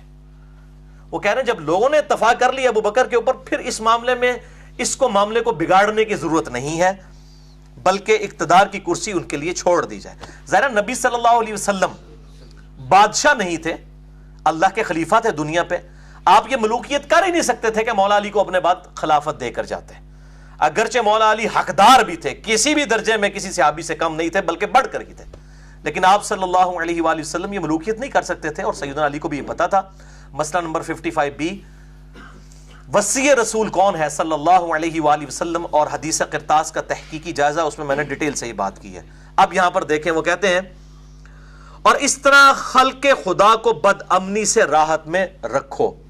اس وقت طلب خلافت کے لیے کھڑا ہونا ایک گدلا پانی اور ایسا لقمہ ہے جو کھانے والے کے گلے میں پھنس کر رہے گا۔ پھلوں کو ان کے پکنے سے پہلے چننے والا ایسا ہی ہے جیسے دوسروں کی زمین میں کاشت کرنے والا۔ وہ کہتے ہیں جب پھل کچا ہو تو اس کو تو نہیں اتارنا چاہیے، یعنی میں بھی پھل ہوں، میرا پکنے کا وقت آئے گا جب جمل، صفین اور نہروان لڑنی ہوگی، وہ میرے نبی نے میری ڈیوٹی لگائی ہے۔ وہ ظاہر ہے چوتھے خلیفہ نہیں لڑنی تھی آ کے، تو کچے پھل کو مت توڑو۔ اب وہ ان کو یہ باتیں پتہ تھی، وہ آگے بات یہ کریں گے بھی۔ اگر بولتا ہوں تو لوگ کہتے ہیں یہ دنیاوی سلطنت میں اٹھ کھڑے ہوئے ہیں، اور اگر میں چپ رہتا ہوں تو لوگ کہتے ہیں موت کے ڈر سے چپ کر گیا۔ افسوس اب اس بات پر کہ جب میں ہر طرح کے نشیب و فراز دیکھ چکا ہوں۔ وہ کہتے ہیں میں نے تو ہر جگہ اسلام کے لیے قربانیاں دیں، میں تقیہ کس طرح کر سکتا ہوں، میں اللہ کا شیر ہوں۔ یہ کہتے ہیں خالد ابن ولید نے وہ جکڑ کے رسیوں میں، جھوٹی روایت، وہ 1 کروڑ خالد ابن ولید مولا علی کا مقابلہ نہیں کر سکتے۔ وہ کہتے ہیں میں نے تو اسلام کے بڑے یہ ادوار دیکھے ہیں، جب کوئی بھی آگے نہیں جاتا تھا، خیبر کے اندر، خندق کے اندر ابن عبد الود آ گیا، خیبر میں مرحب آ گیا، تو میں نے تو یہ سارے معاملات خود دیکھے ہوئے ہیں، میں موت سے نہیں ڈرنے والا۔ صحیح مسلم میں آتا نا، میرا نام میری ماں نے حیدر رکھا ہے، شیر ہوں میں۔ وہ کہتے ہیں میں تو سارے نشیب و فراز دیکھ چکا ہوں۔ اللہ کی قسم ابو طالب کا بیٹا موت سے اتنا مانوس ہے کہ بچہ اپنی ماں کی چھاتی سے اتنا مانوس نہیں ہوتا۔ ماں کی چھاتی سے جو دودھ کے لیے جتنا بچہ تڑپتا ہے، اتنا میں موت کا مشتاق ہوں۔ ظاہر ہے جی، جن کے لیے آخرت کی زندگی سب کچھ ہو تو دنیا لائبلٹی ہے، آخرت تو ایسٹ ہے ان کے لیے۔ البتہ ایک علم پوشیدہ ہے میرے سینوں کی تہوں میں لپٹا ہوا، اگر اسے ظاہر کر دوں تو تم اسی طرح پیچ و تاب کھانے لگو جس طرح گہرے کنویں میں رسیاں لرزتی اور تھر تھراتی ہیں۔ یعنی میرے پاس ایک علم ہے، وہ علم کیا ہے کہ کچے پھل کو نہیں توڑنا، میرے پکنے کی باری ابھی نہیں آئی ہے، وہ آئے گی جب جمل، صفین اور نہروان لڑنی ہوگی۔ اور وہ سینے میں چھپا ہوا علم کیا نبی صلی اللہ علیہ وسلم نے دیا۔ یہ میں نے 72 احادیث والے پمفلٹ میں اس کو واقعہ کربلا کا حقیقی پس منظر 72 صحیح الاسناد احادیث کی روشنی میں اس کے اندر اس کو بریف کیا ہے۔ حدیث میں بتا دیتا ہوں، سنن نسائی الکبریٰ میں انٹرنیشنل نمبر کے مطابق 8457 ہے، مسند احمد میں 11790 ہے۔ نبی علیہ السلام اپنی ایک زوجہ کے گھر سے باہر نکلے، آپ کا جوتا ٹوٹ گیا، آپ نے جوتا گھانٹنے کے لیے مولا علی کو دیا، وہ جوتا گھانٹنا شروع ہو گئے۔ آپ صلی اللہ علیہ وسلم تھوڑے آگے جا کر کھڑے ہو گئے۔ آپ صلی اللہ علیہ وآلہ وسلم نے فرمایا علی کا انتظار کرتے ہیں۔ پھر آپ نے فرمایا کہ اللہ تعالیٰ نے مجھے نبی بنا کر مبعوث کیا تو ایز اے لاسٹ ریزارٹ مجھے کافروں کے خلاف تلوار اٹھانی پڑی، قرآن حکیم کی خاطر، اس کو منوانے کی خاطر، ایز اے لاسٹ ریزارٹ۔ لیکن تم میں ایک خوش نصیب ایسا بھی ہے کہ جسے اسی طریقے سے جس طریقے سے میں نے قرآن حکیم کی تعبیر کی خاطر تلوار اٹھائی، وہ قرآن کی تعویل کی خاطر مسلمانوں کے خلاف تلوار اٹھائے گا۔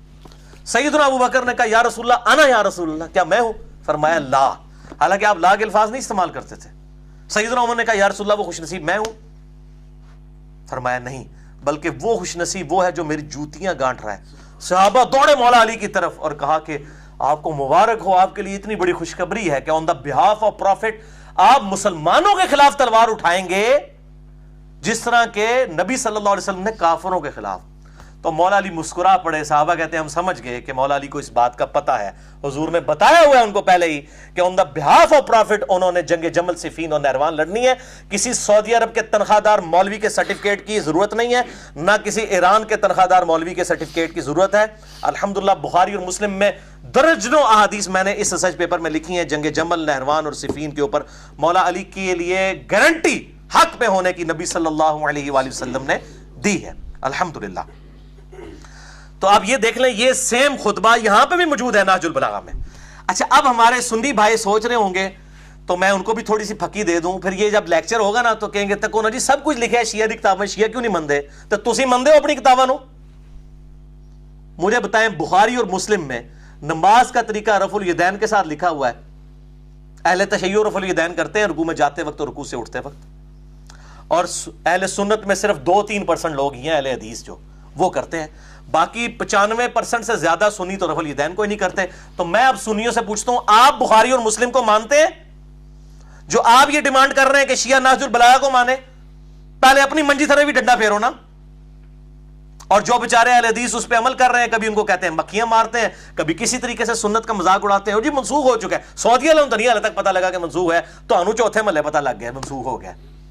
جڑے ہندوؤں دی اور سکھاں دی اولاد ہو, اور جو صحابہ کی اولاد ہے, عرب میں کبھی بھی کافروں کی حکومت نہیں رہی ہے اس کے بعد, وہ سب نسل در نسل مسلمان ہیں, اور وہ رفع الیدین سے نماز پڑھ رہے ہیں. او اور نے اور نے او اور یا اور تسی کچھ اور ہو, کیونکہ کتابیں فیصلہ کریں گی, ڈکشنری از آلویز اتھارٹی.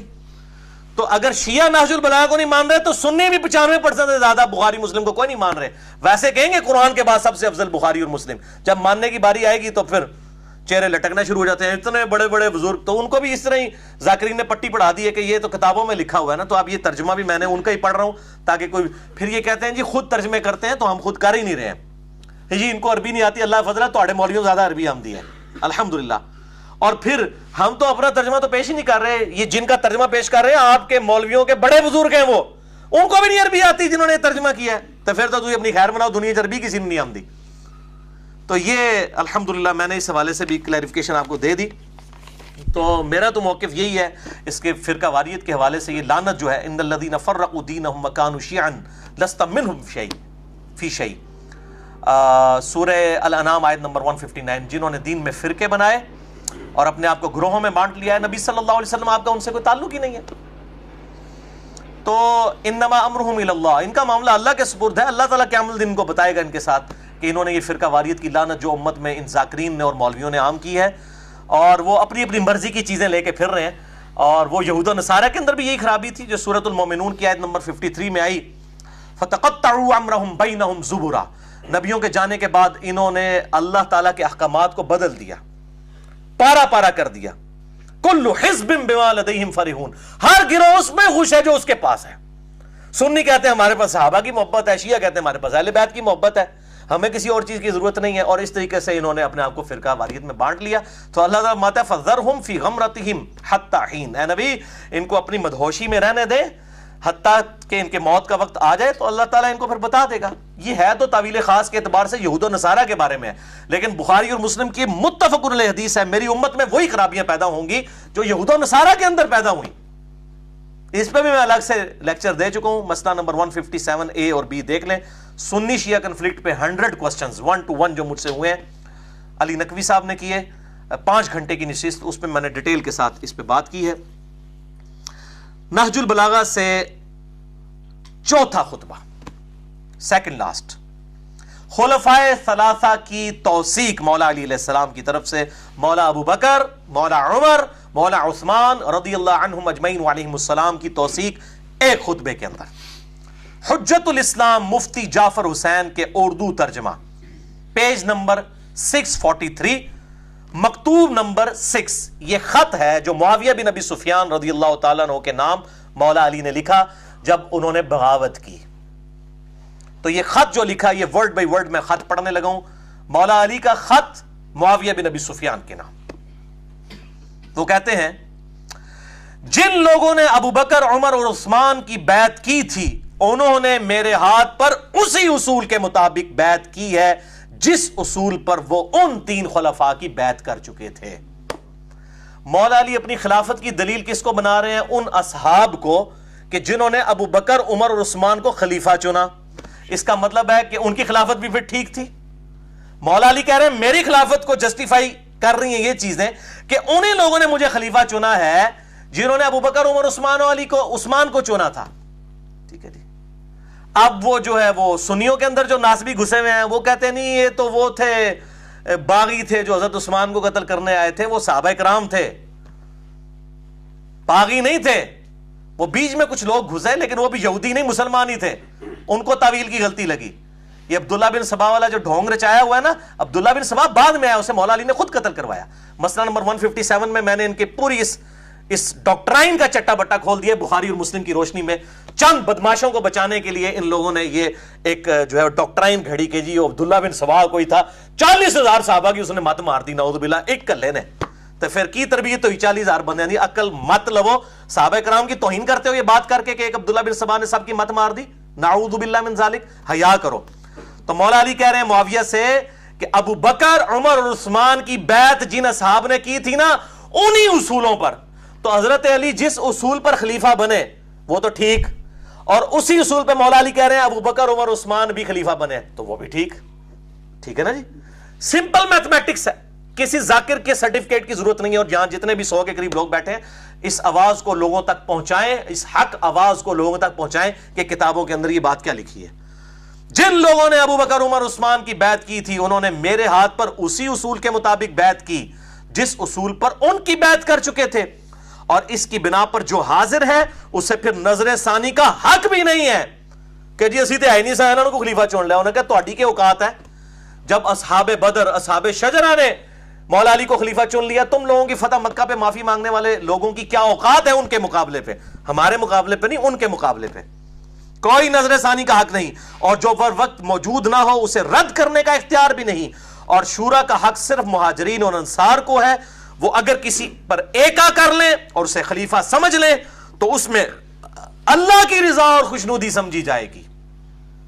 یہ سیم خطبہ صحیح بخاری مسلم میں مولا علی کا بھی ہے، مولا عمر کا، جو 6 رکنی کمیٹی تھی، مولا علی کو، عثمان کو، طلحہ، زبیر، عبد الرحمن بن عوف اور سعد بن ابی وقاص کی کمیٹی بنائی. وہ انشاءاللہ میں اگلی دفعہ بتاؤں گا کہ یہ لوگ کس طریقے سے ان لوگوں کے خلاف پھر کھڑے ہوئے.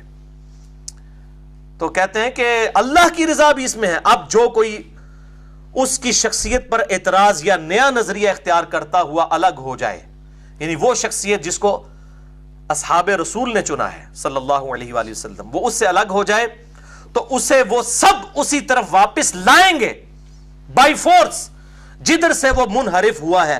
اور اگر انکار کرے گا تو اس سے لڑیں گے، کیونکہ ایسا شخص مومنین کے طریقے سے ہٹ کر دوسری راہ پر ہو لیا ہے، اور جدھر وہ پھر گیا ہے اللہ تعالیٰ بھی اسے ادھر ہی پھیر دے گا.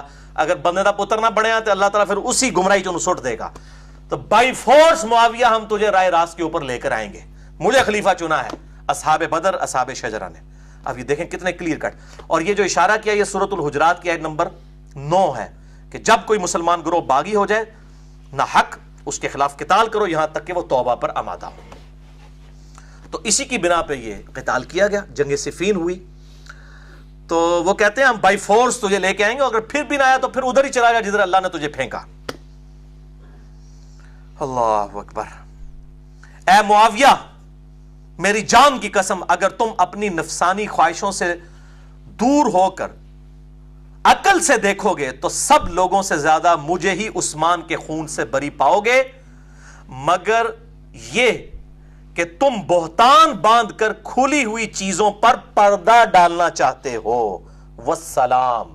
چلو مسلمان مانا معاویہ کو، میں اہل تشیع کو بھی کہتا ہوں وہ کمزور درجے کا مسلمان تھے لیکن ہے مسلمان تھے، منافق نہیں تھے. ان کا معاملہ اللہ کے سپرد. السلام بھی اس میں کیا، والسلام لکھ کے خط کو مکمل کیا اور کہا یہ جو عثمان کے قتل کا جو بہانہ بنایا ہے مجھے خوب پتا ہے، سانون پتا ہے کہ کیا ہوا ہے. ٹھیک ہے، میں بخاری مسلم تو کھول دیتا ہے کہ کیا ہوا ہے، اصل مقصد کیسی. تو وہ انشاءاللہ میں اگلی دفعہ بتاؤں گا کہ ان لوگوں کی کیا ورڈک ہوا کرتی تھی. اور مولا عمر نے پہلے ہی بتا دیا تھا. صحیح مسلم میں 1258 نمبر حدیث ہے، یہ اب میں اس کی اگلے ورژن میں ڈال رہا ہوں 72 حدیث والے میں، اور کافی ساری حدیثیں میں نے ڈالی. 1258 صحیح مسلم دارالاسلام کی نمبرنگ کہ سیدنا عمر کہتے ہیں میں نے خواب دیکھا ہے اچھا ایک حدیث وہ ہے جو ان کے زخم لگنے کی ہے، وہ بخاری میں 3700 ہے، 3700، اس میں تو ہے ان کو زخم لگ گیا، موت کا وقت قریب آیا، انہوں نے 6 رکنی کمیٹی بنائی۔ یہ اس سے پہلے کا واقعہ، ابھی کچھ بھی نہیں ہوا۔ صحیح مسلم 1258 1258 صحیح مسلم انٹرنیشنل نمبر کے مطابق سیدنا عمر نے خطبہ دیا اور اس میں رسول اللہ کا ذکر کیا صلی اللہ علیہ وسلم، ابو بکر کا ذکر کیا اور کہا کہ دیکھو میں نے آج رات ایک خواب دیکھا ہے کہ ایک مرغے نے مجھے 3 دفعہ ٹھونگ ماری ہے، اور میں اس کی تعبیر کرتا ہوں کہ شاید میری موت کا وقت قریب آ رہا ہے، مجھے قتل کر دیا جائے گا۔ بخاری میں تو ہے زخم بھی لگ چکا تھا یہاں پہ، اور اگر مجھے کچھ ہو جائے تو دیکھنا خلافت کے امر کو ان 6 بندوں سے باہر نہ جانے دینا جن سے نبی صلی اللہ علیہ وسلم اپنی وفات تک راضی رہے، علی، عثمان، طلحہ، زبیر، عبد الرحمن بن عوف، سعد ابن ابی وقاص رضی اللہ عنہم اجمعین وعلیہم السلام۔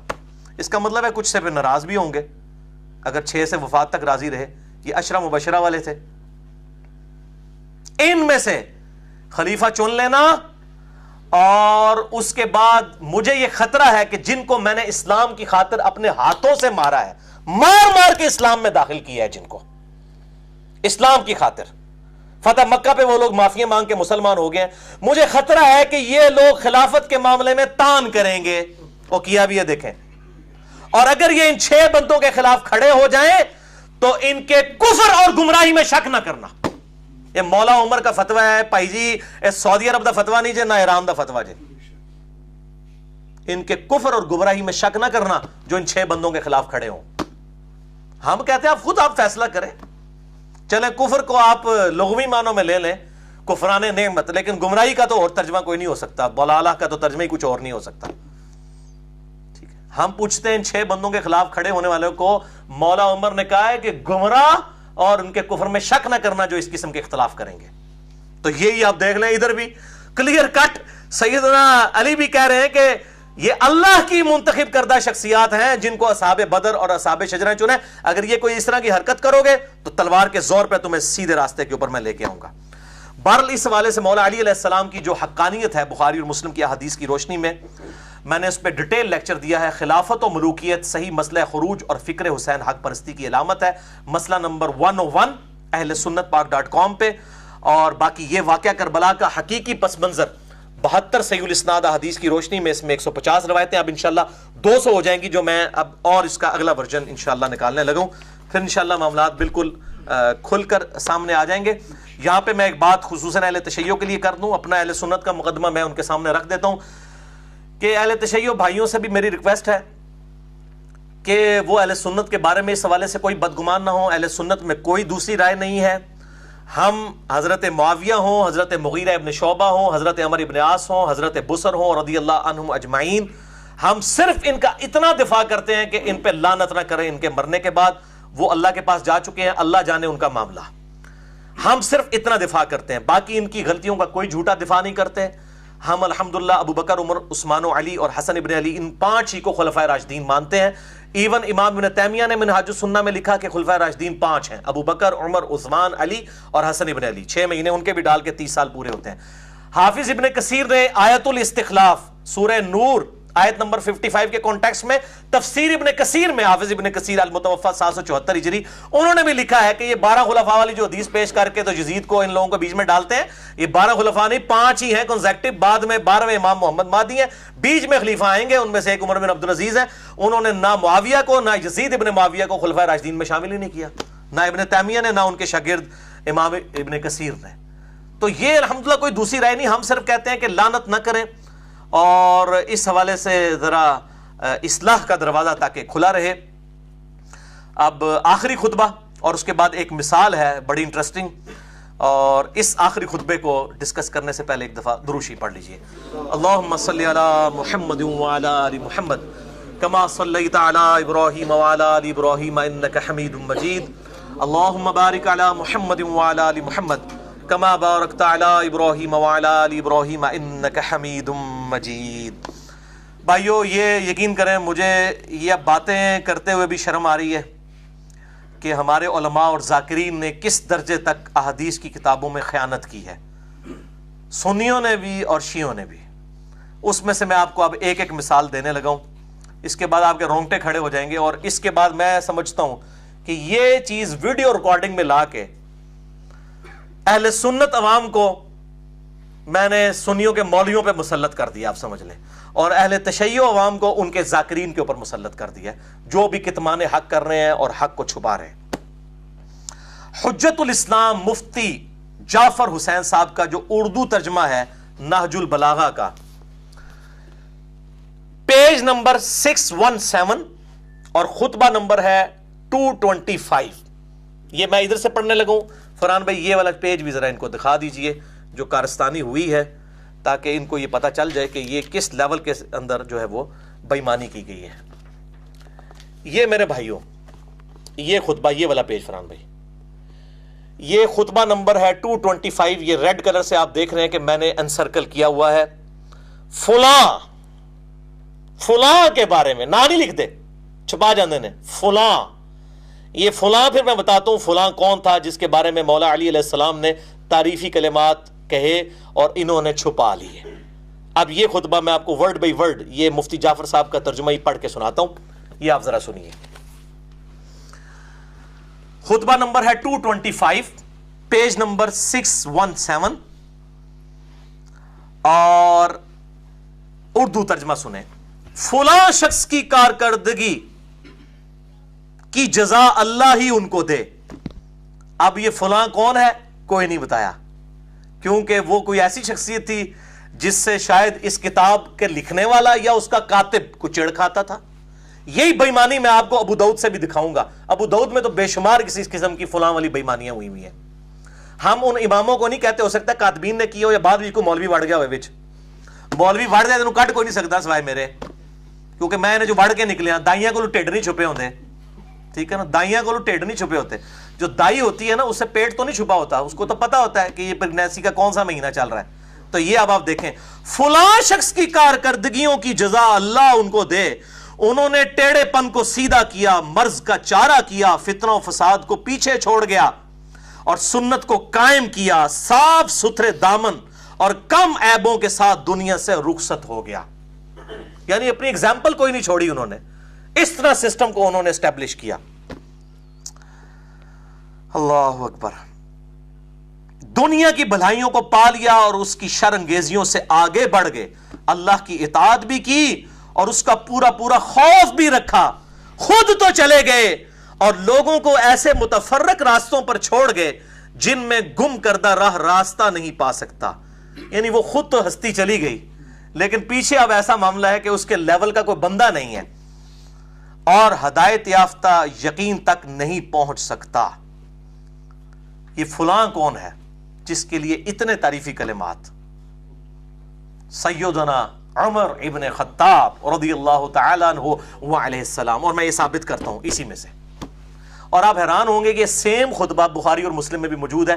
میں نے 72 احادیث والا جو واقعہ کربلا کا پس منظر ہے، اس میں یہ خطبہ ڈالا بھی ہوا ہے۔ آپ صلی اللہ علیہ وآلہ وسلم کے اس صحابی کی شان میں صحیح بخاری 3677، صحیح مسلم 6187 اور میرے ریسرچ پیپر پہ 4 نمبر، کہ سیدنا عمر کی میت رکھی ہوئی تھی اور وہاں پر عبداللہ ابن عباس کہتے ہیں ایک شخص پیچھے آیا اور اس نے وہ تعریفی کلمات کہے حضرت عمر کے لیے، اور اینڈ پہ کہتے ہیں جب میں نے مڑ کے دیکھا تھا وہ مولا علی تھے جو حضرت عمر کے لیے کلمات کہتے تھے۔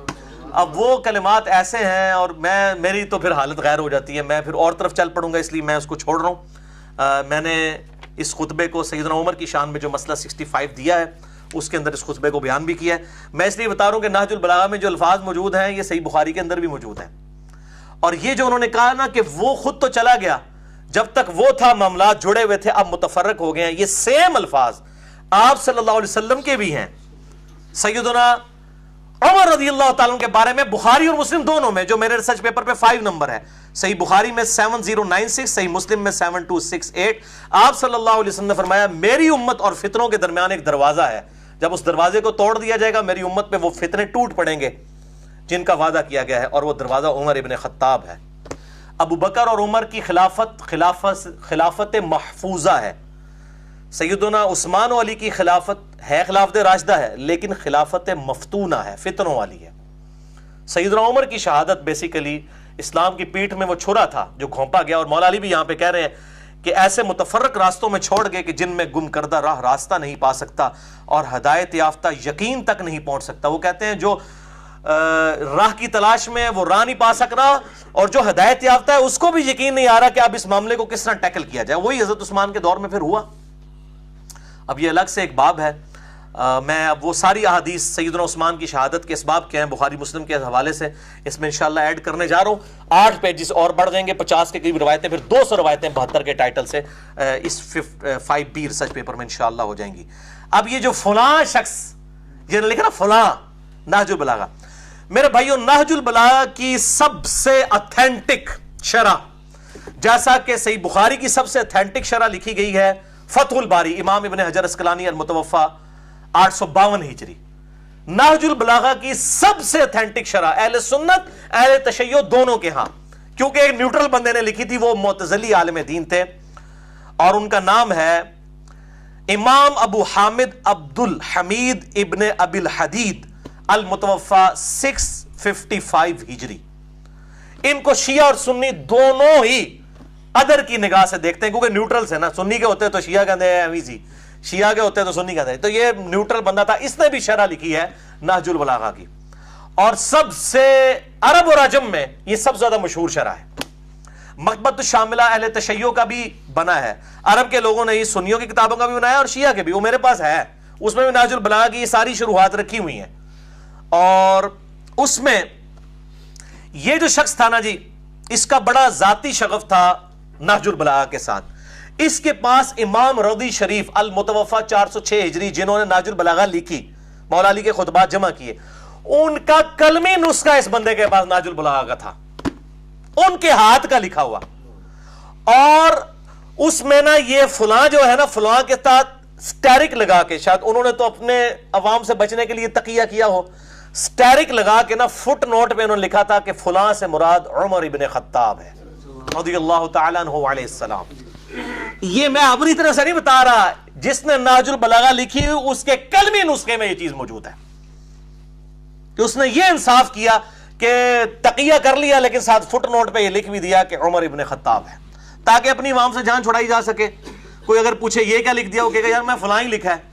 اور اگر کوئی میرے جیسا فلانا ٹینگا پہنچ گیا فلاں، تو انہوں کہے گا یار تک نہ تھلے فٹ نوٹ لکھ بھی دیتا نا یار، میں کچھ چھپایا تو نہیں، اٹھو مت بیٹھو پتہ ہی نہ چلے.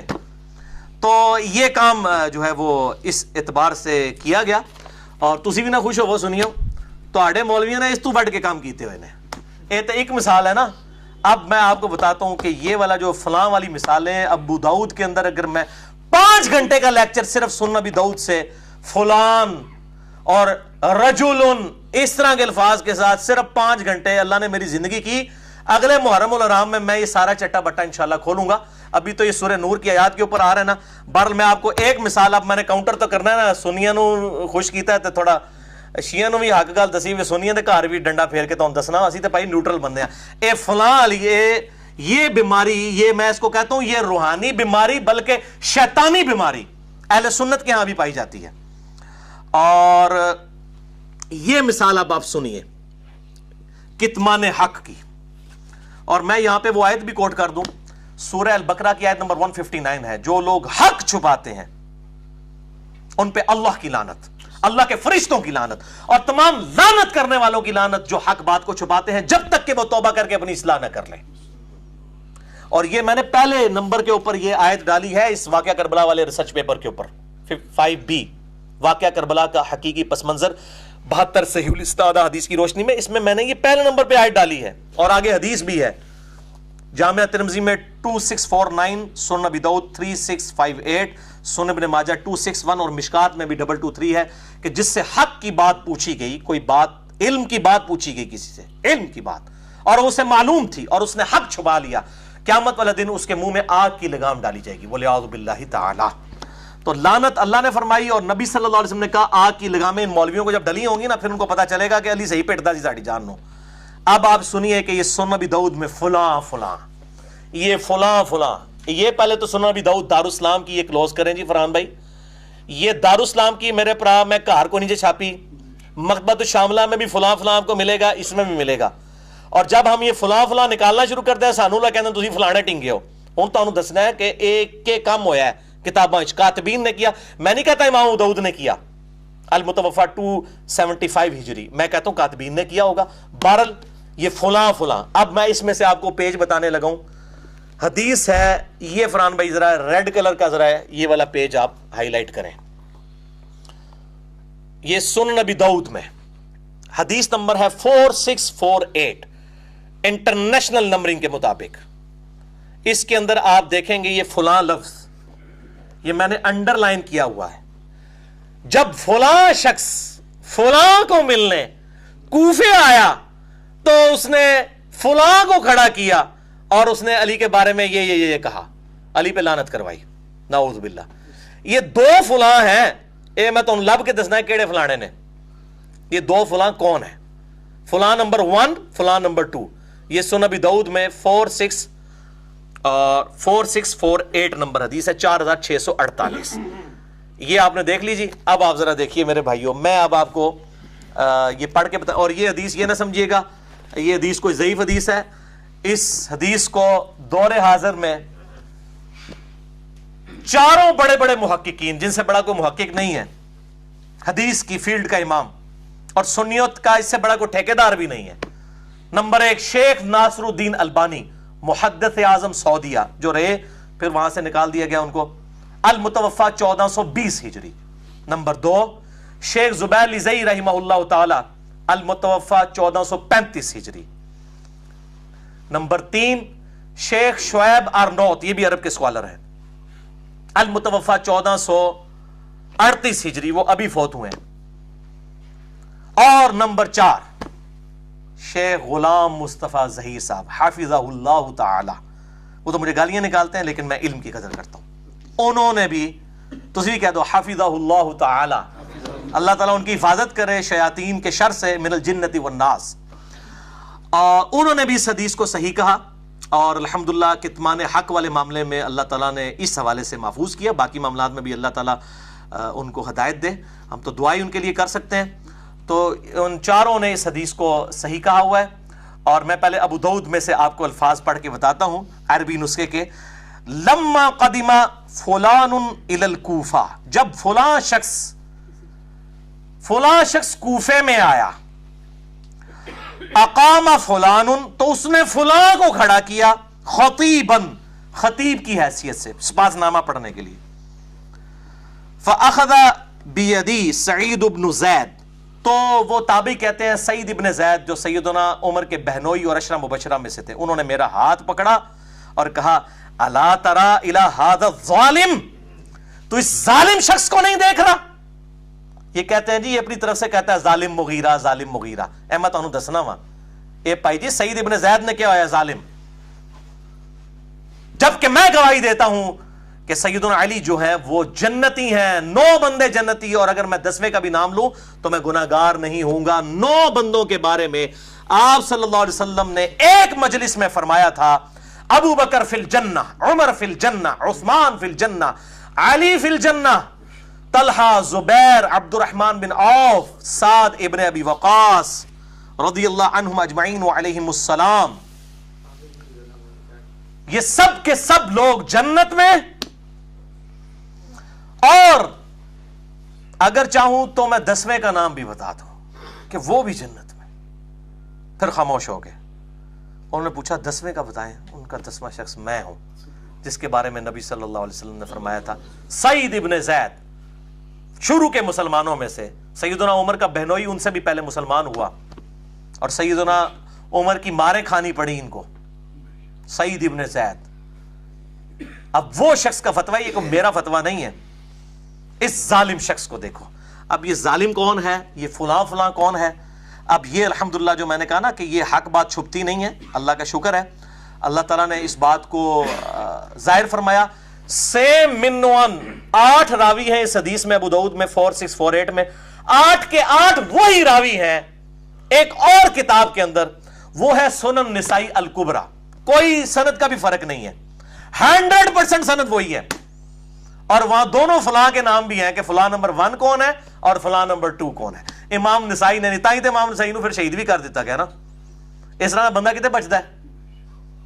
امام نسائی نے چٹا بٹا کھول دیا سنن نسائی الکبریٰ کے اندر.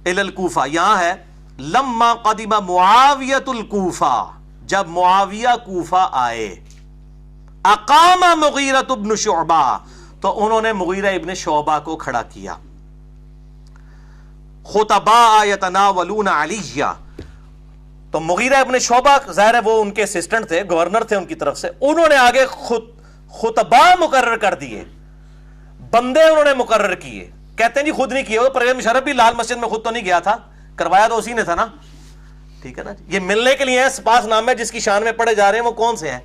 اس میں آپ کو بتاؤں کئی روایتیں ایسی ہیں جو میں نے ابھی تک 5B میں نہیں ڈالی تھی، اگلی پرنٹنگ میں انشاءاللہ ڈالنے لگا ہوں 5B کے اندر، اس کے اندر واقعہ کربلا کا حقیقی پس منظر 72 صحیح الاسناد حدیث کی روشنی میں، اس میں سب و شتم والی کئی روایتیں ڈالی ہوئی ہیں، اور اس میں سے ملی ہیں جس میں بائی نیم حکم لگے ہوئے ہیں، مغیرہ ابن شعبہ رضی اللہ تعالیٰ عنہ نے باقاعدہ سیدنا علی کے اوپر خود لعنت کی ہے، لعنت کے الفاظ موجود ہیں، اور بلکہ لوگوں کو حکم دیا کہ علی پر لعنت کرو، اور سعید ابن زید وہاں پہ بھی کھڑے ہوئے، کم از کم 4 مزید روایتیں ابھی تک اس پمفلٹ میں نہیں تھی جو میں اس میں سے انشاءاللہ تعالیٰ اگلی پرنٹنگ میں 5B وہ عربی میں نے ڈال کے اپلوڈ کر دی ہیں، اور انشاءاللہ تعالیٰ یہ آپ اس کو پڑھ بھی سکیں گے اردو میں جب آ جائے گا۔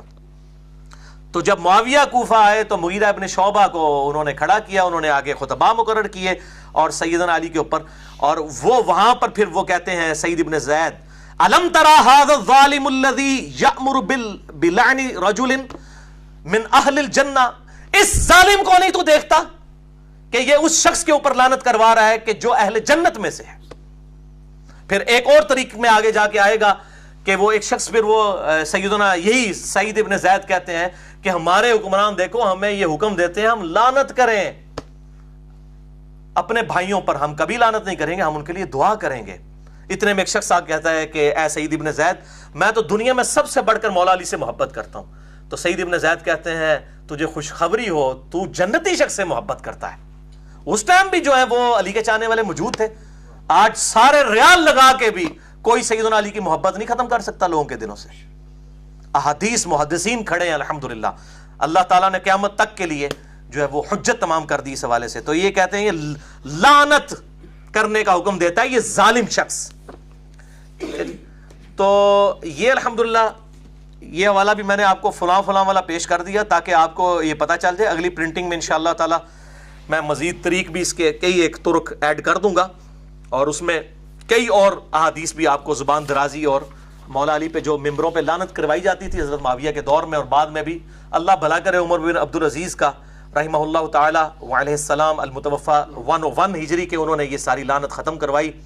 اور ان اللہ یأمر بالعدل والاحسان والی آیت جو ہے خطبے کے اندر داخل کی، اور الحمدللہ وہ سنت آج تک زندہ ہے، نسل در نسل تواتر کے ساتھ ٹرانسفر ہوئی ہے الحمدللہ۔ اب میرے بھائیو یہ تو تھا بنو امیہ کا، آل امیہ کا ایٹیچیوڈ مولا علی کے بارے میں۔ اب میں آپ کو نہج البلاغہ سے، کیونکہ آج یہ وہ معاویہ کی پارٹی جو ہے نا وہ اہل تشیع کے اندر گھسی ہوئی ہے، مولا علی کی پارٹی کون ہے اور معاویہ کی پارٹی کون سی ہے، علی کا شیعہ کون ہے اور معاویہ کا شیعہ کون ہے، یہ آج آپ کو پتہ چلے گا۔ نہج البلاغہ سے میں بتانے لگا ہوں کہ علی کا شیعہ کون ہے اور معاویہ کا شیعہ کون ہے۔ یہ معاویہ کا ایٹیچیوڈ تو آپ کو پتہ چل گیا رضی اللہ تعالیٰ عنہ، میں تو ان کو رضی اللہ تعالیٰ عنہ کہتا ہوں، دعائیں مغفرت ان کے لیے کرتا ہوں، اور باقی ان کے جو معاملات ہیں اللہ جانے، ان کا معاملہ جانے، حق بات الحمدللہ کریں گے، حق نہیں چھپائیں گے۔ نہج البلاغہ سے آپ کو علی کے شیعہ اور معاویہ کے شیعہ کا فرق پتہ چلے گا۔ حجت الاسلام مفتی جعفر حسین صاحب کا اردو ترجمہ، پیج نمبر 571، خطبہ نمبر 204، ورڈ بائی ورڈ میں اس میں اوریجنل بک میں سے پیش کرنے لگا ہوں۔ اور یہ فرحان بھائی یہ بھی دکھا دیجئے ذرا ان کو، چونکہ یہ میں نے پیش کرنا ہے۔ اب یہ بڑا خطرناک ہے، یہ لوگوں کو ہضم ہی نہیں ہونا نا، ساڈے شیعہ پراوانوں اے خلفائے ثلاثہ تے لعنت کر دینے، ویکھو مولا علی نے تے معاویہ تے لعنت نہیں کرن دیتی، اے لعنت کرنا تے معاویہ دی جڑا جاری کردہ جڑا ہے وہ طریقہ ہے، اور میں اس کو بدعت کہنے میں بھی کوئی اور محسوس نہیں کروں گا۔ صحابہ پہ لعنت کرنا بدعت نہیں تو اور کون سی بدعت ہے؟ حرام قطعی ہے کسی صحابی کے اوپر، وہ بھی فوت ہو چکا ہو۔ تو یہ آپ ذرا خطبہ نمبر دیکھیں 204 پیج نمبر 571 کہ یہ میں اس سے ورڈ بائی ورڈ پڑھنے لگا ہوں۔ جی، آپ نے جنگ صفین کے موقع پر اپنے ساتھیوں میں سے چند آدمیوں کو سنا کہ وہ اہل شام پر سب و شتم کر رہے ہیں۔ آج مولا علی زندہ ہوتے تو ان کا دل کتنا دکھتا ان رافضیوں کو دیکھ کے۔ تو مولا علی کیا کہہ رہے ہیں؟ میں کہتا ہوں جی سیم وہ باتیں ہیں جو ہم کرتے ہیں، میں نے یہ پہلے نہیں پڑھی ہوئی تھی، اب میں آپ کو سناتا ہوں. میں تمہارے لیے اس چیز کو پسند نہیں کرتا کہ تم گالیاں دینے لگو. علی کا شیعہ کون ہے دیکھیں، ایک طرف معاویہ اور مغیرہ ہیں، مولا علی پہ مرنے کے بعد بھی لعنت کروا رہے ہیں، اور یہاں پر زندگی میں بھی نہیں کرنے دے رہے، حالانکہ جنگ کے لیے صفین پہ پہنچے ہوئے ہیں. ورنہ تو خوش ہوتے، ٹھیک ہے اور گالاں کڈو بھائی، مورال بلند کرو. میں تمہارے لیے اس چیز کو پسند نہیں کرتا کہ تم گالیاں دینے لگو، اگر تم ان کے کرتوت کھولو اور ان کے صحیح حالات پیش کرو تو یہ ٹھکانے کی بات ہے. وہ کہتے ہیں نا علمی طریقے سے غلطی واضح کریں، کرتوت کھولو، علمی جو ہم کہتے ہیں نا علمی طریقے سے واضح کریں، یہ تلوار کے زور کے اوپر دھونس کے اوپر نہیں، علمی طریقے سے غلطی. اگر تم ان کے کرتوت کھولو اور ان کے صحیح حالات پیش کرو تو یہ ایک ٹھکانے کی بات ہے، اور عذر تمام کرنے کا صحیح طریقہ کار یہی ہوگا کہ علمی طریقے سے بتاؤ کہ معاویہ نے یہ کیا ہے. اصحاب بدر اور اصحاب شجر، 80 اصحاب بدر میں سے جنگ صفین میں شہید ہوئے ہیں مولا علی کے ساتھی. اور عمار ابن Yasir top of the list, جس کے بارے میں بخاری میں حدیث ہے 2812 عمار کو ایک باغی جماعت قتل کرے گی، عمار ان کو جنت اور اللہ کی طرف بلائے گا، اور وہ جماعت دوزخ کی طرف بلانے والی جماعت ہوگی. دوزخ کے الفاظ ہیں، آگ کے.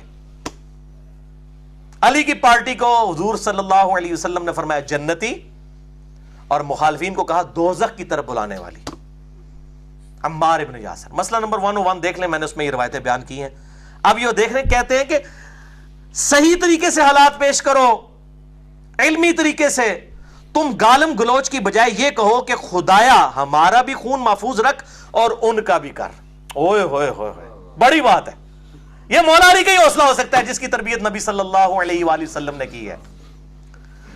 کدھر ایک صوبے کا چھوٹا سا گورنر اور کدھر 3 براعظموں کا بادشاہ خلیفہ راشد علی ابن ابی طالب 2 منٹ میں مسل کے، اور جنگ ہار بھی گئے معاویہ، پھر قرآن نیزوں پہ اٹھا لیے اپنے جان بخشی کے لیے.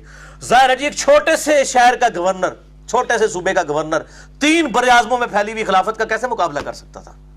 سب کے سب لوگ مولا علی کے ساتھ تھے سوائے اس ایک گورنر کے.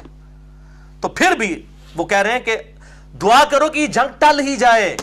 میں نہیں چاہتا. دوسری طرف بھی میرے بھائی ہیں، جنگ جمل میں عثمان بن طلحہ کی لاش آئی سامنے، نہج البلاغہ پڑھ لیں، مصنف ابن ابی شیبہ پڑھ کے دیکھ لیں، مولا علی خود گریہ کر رہے ہیں اس کے اوپر، حالانکہ مخالفت میں لڑنے کے لیے آیا عثمان بن طلحہ کا بیٹا، اور جب لاش دیکھی تو رونا شروع کر دیا. تو مولا علی کے دکھ کو کون سمجھ سکتا ہے؟ مخالفین کے اوپر بھی خود رو رہے ہیں کہ وہ بھی میرے بھائی تھے، ان کو ورگلایا گیا. تو یہ دعا کرو خدایا ان کا بھی خون محفوظ کر اور ہمارا بھی، اور ہمارے ان کے درمیان اصلاح کی کوئی صورت پیدا کر، اور انہیں گمراہی سے ہدایت کی طرف لا تاکہ حق سے بے خبر حق کو پہچان لیں، اور گمراہی اور سرکشی کے شیدائی اس سے اپنا رخ موڑ لیں. لیکن جب بندہ ہٹ درمی پہ اترا اس کا تو کوئی علاج نہیں ہے. وَالَّذِينَ جَاهَدُوا فِينَا لَنَهْدِيَنَّهُمْ سُبُلَنَا، جو لوگ ہماری راہ میں کوشش کریں گے ان کے لیے راہیں کھلیں گی. اب یہ آپ دیکھ لیں مولا علی کا یہ ایٹیچیوڈ ہے، اور لعنت سے روک دیا. ہاں یہ ضرور ہے کہ قنوت نازلہ پڑھی ہے، المصنف ابن ابی شیبہ میں صحیح سند کے ساتھ ہے، میں نے 5B ریسرچ پیپر میں انٹرنیشنل نمبر کے مطابق 7050 کہ مولا علی نے قنوت نازلہ پڑھی. اللہم علیکہ بمعاویہ و اشیاہی، اللہم علیکہ بعمر ابن عاص و اشیاہی، اے اللہ معاویہ اور اس کے شیعہ کو برباد کر، اور عمر ابن عاص اور اس کے شیعہ کو برباد کر، ابا سلمی اور اس کے شیعہ کو برباد کر، قیس اور اس کے شیعہ کو برباد کر. یہ سنت ہے قنوت نازلہ پڑھنا. لعنت نہیں فرمائی بلکہ بربادی کی دعا کی اس وقت ایز اے لاسٹ ریزارٹ جب وہ لوگ ٹلے نہیں ہیں، اور جنگ مولا علی پہ مسلط کی. اور اسی طریقے سے المصنف ابن ابی شیبہ میں وہ کتاب الجمل چیپٹر جو جس میں جنگ جمل، نہروان اور صفین والے 3 باب ہے، اس میں انٹرنیشنل نمبر کے مطابق 37880 روایت ہے کہ مولا علی علیہ السلام نے کہا کہ میں اللہ سے امید کرتا ہوں. جب جنگ صفین کے مقتولین کے بارے میں پوچھا گیا کہ میرے ساتھی تو ان کو تو نبی نے گارنٹی دی تھی کہ جنتی پارٹی ہے، میں اللہ سے امید کرتا ہوں جن کو معاویہ نے ورگلایا یہ بھی جنت میں جائیں گے. اور یہ آدھی روایت ہمارے وہ سنی لکھتے ہیں، اگلے الفاظ نہیں لکھتے. پھر معاویہ اور میرے درمیان فیصلہ اللہ کی عدالت میں طے پائے گا. معاویہ کو معاف نہیں کیا، لیڈر کو نہیں معاف کیا. ان کا بیچارے وہ بولے تھے، قتل عثمان کا ایک پورا ایک ڈھونگ رچایا گیا. بالکل میں تو اب یہ وثوق کے ساتھ کہہ، پہلے تو میں یہ الفاظ نہیں تھا استعمال کرتا، میں چونکہ علم کے میدان کا شاہ سوار ہوں، میں نے الحمدللہ یہ ساری چیزیں یہ ڈھونگ ثابت کی ہیں. ٹھیک ہے، اور میں نے بخاری سے 4108 نمبر حدیث 4108 پیش کی ہے کہ حضرت معاویہ نے کنایا کر کے عبداللہ بن عمر کو کہا میں تیرے باپ سے زیادہ خلافت کا حقدار ہوں، حضرت عمر کی توہین کی، اور وہاں پہ حضرت عبداللہ بن عمر نے جواب نہیں، لیکن بعد میں کہا میں نے ارادہ کیا میں اس کو اسی وقت کہوں کہ تجھ سے زیادہ خلافت کا حقدار وہ ہے جس نے تجھے اور تیرے باپ کو مار مار کے اسلام میں داخل کیا تھا، قتال کیا تھا، یعنی مولا علی۔ لیکن میں فتنے کے ڈر سے خاموش ہو گیا، اور پھر مجھے آخرت کی نعمتیں یاد آ گئیں، اور راوی کہتے ہیں کہ شکر ہے اس نے اپنی جان بھی بچا لی ابن عمر نے یہ بات کر کے، اور اپنی عزت بھی بچا لی۔ 4108 کڑوی گولی بخاری میں۔ اچھا یہ ابن عمر کے جو الفاظ ہیں نا کہ میں اس کو کہوں تیرے باپ کو اور تجھے مار مار کے، آج یہ الفاظ صحیح مسلم میں حضرت عمر کے وہ الفاظ ہیں 1258 کہ دیکھنا ان 6 بندوں کے ساتھ جو مخالفت کرے گا خلافت کے معاملے میں تو یہ وہی لوگ ہوں گے جن کو میں نے مار مار کے اسلام میں داخل کیا ہوا ہے۔ دیکھا وہی الفاظ ہے جو ابن عمر نے کہے، دیکھا کیسی کڑیاں ملی ہیں، ٹھیک ہے نا۔ اور دیکھو انہوں نے پھر بعد میں توہین بھی حضرت عمر کی اے عبداللہ بن زبان نے مت مار چٹی سی، مت تہاڈی کسی اور نے ماری ہے، تہاڈی چندیاں نے تہاڈی مت ماری ہے اصل وچ۔ بخاری مسلم نے حق گل دس دیتی ہے بھائی، ایا کرو، بخاری مسلم کے منکر نہ بنو، منکرین حدیث نہ بنو، صحیح اہل الحدیث اہل السنہ بنو، الحمدللہ۔ تو یہ میں نے 2 روایتیں بتا دی، تو اس حوالے سے میں یہی کہتا ہوں کہ علی کا شیعہ وہ ہے جو صحابہ کرام پہ لعنت نہ کرے، اور معاویہ کا شیعہ وہ ہے جو انہی کی جاری کردہ اس بدعت کے اوپر چلے۔ باقی جنگ جمل نہروان صفین کے حوالے سے جسے شوق ہو تو میرا ریسرچ پیپر نمبر 5B اور مسئلہ نمبر 101 ہے اہل سنت پاک.com پہ۔ خلافت و ملوکیت صحیح مسئلہ خروج اور فکر حسین حق پرستی کی علامت ہے۔ میں معاویہ بن ابی سفیان، مغیرہ ابن شعبہ، عمر ابن عاص، بسر بن ارطاح رضی اللہ عنہم اجمعین کو اس حوالے سے صرف عزت کرتا ہوں کہ وہ اصحاب ہیں، باقی جو ان کے اعمال ہیں وہ اللہ کو خود جواب دہ ہے۔ میں لعنت کا قائل نہیں ہوں، لیکن ڈنکے کی چوٹ پہ بخاری و مسلم کی احادیث کی روشنی میں ان کی غلطیاں بیان کرتا ہوں، جو غلطیاں الحمدللہ میں نے نہیں ہے، نبی صلی اللہ علیہ وسلم نے پہلی پریڈکشن کی تھی کہ انہوں نے امتن کم پانا ہے، یہ میں نے نہیں بیان کی ہے، نبی صلی اللہ علیہ وسلم نے فرمایا عمار کو باغی جماعت قتل کرے گی، وہ اللہ کی طرف بلائے گا، وہ دوزخ کی طرف بلائے گی۔ صحیح بخاری 2818 یہ نبی صلی اللہ علیہ وسلم کو کوئی ٹیچ کرنا چاہتا ہے؟ Are you want to teach your prophet کہ تم نے کیوں یہ نعوذ باللہ من ذالک گستاخی کی ہے اصحاب کی، یہ بات کہہ کے کہ باغی جماعت دوزخ کی طرف بلانے والی؟ اپنے ایمان کی فکر کریں، اس پارٹی کو بچانے کی خاطر کہ اپنا ایمان ہی نہ گوا بیٹھنا، نبی کے ساتھ دشمنی نہ لو اور نبی کے ساتھ ٹکر نہ لو، اللہ کا عذاب آ جائے گا والعیاذ باللہ تعالی۔ اور دوسرا لیکچر ہے مسئلہ نمبر 102 فضائل حسین اور یزید کے برے کرتوتوں کے جھوٹے دفاع کے علمی جوابات، یہ 2 لیکچر ہیں، اور میرا ریسرچ پیپر نمبر 5B ہے۔ انشاءاللہ باقی گفتگو ہم اگلے لیکچر میں کریں گے اہل سنت کے حوالوں کے اعتبار سے، اور اس میں پھر آپ کو کئی ایک ٹروتھ اور انشاءاللہ رویل ہوں گے انشاءاللہ تعالی۔ اللہ تعالیٰ سے دعا ہے جو حق بات میں نے کہی اللہ تعالیٰ ہمارے دلوں میں راسخ فرمائے، اگر جذبات میں میرے منہ سے کوئی غلط بات نکل گئی تو اللہ تعالیٰ ہمارے دلوں سے معاف کر دے، ہمیں کتاب و سنت کی تعلیمات پر عمل کر کے دوسرے بھائیوں تک پہنچانے کی توفیق عطا فرمائے۔ سبحانک اللہم و بحمدک، اشہد ان لا الہ الا انت، استغفرک و اتوب الیک، وما علینا الا البلاغ المبین۔ جزاکم اللہ خیرا۔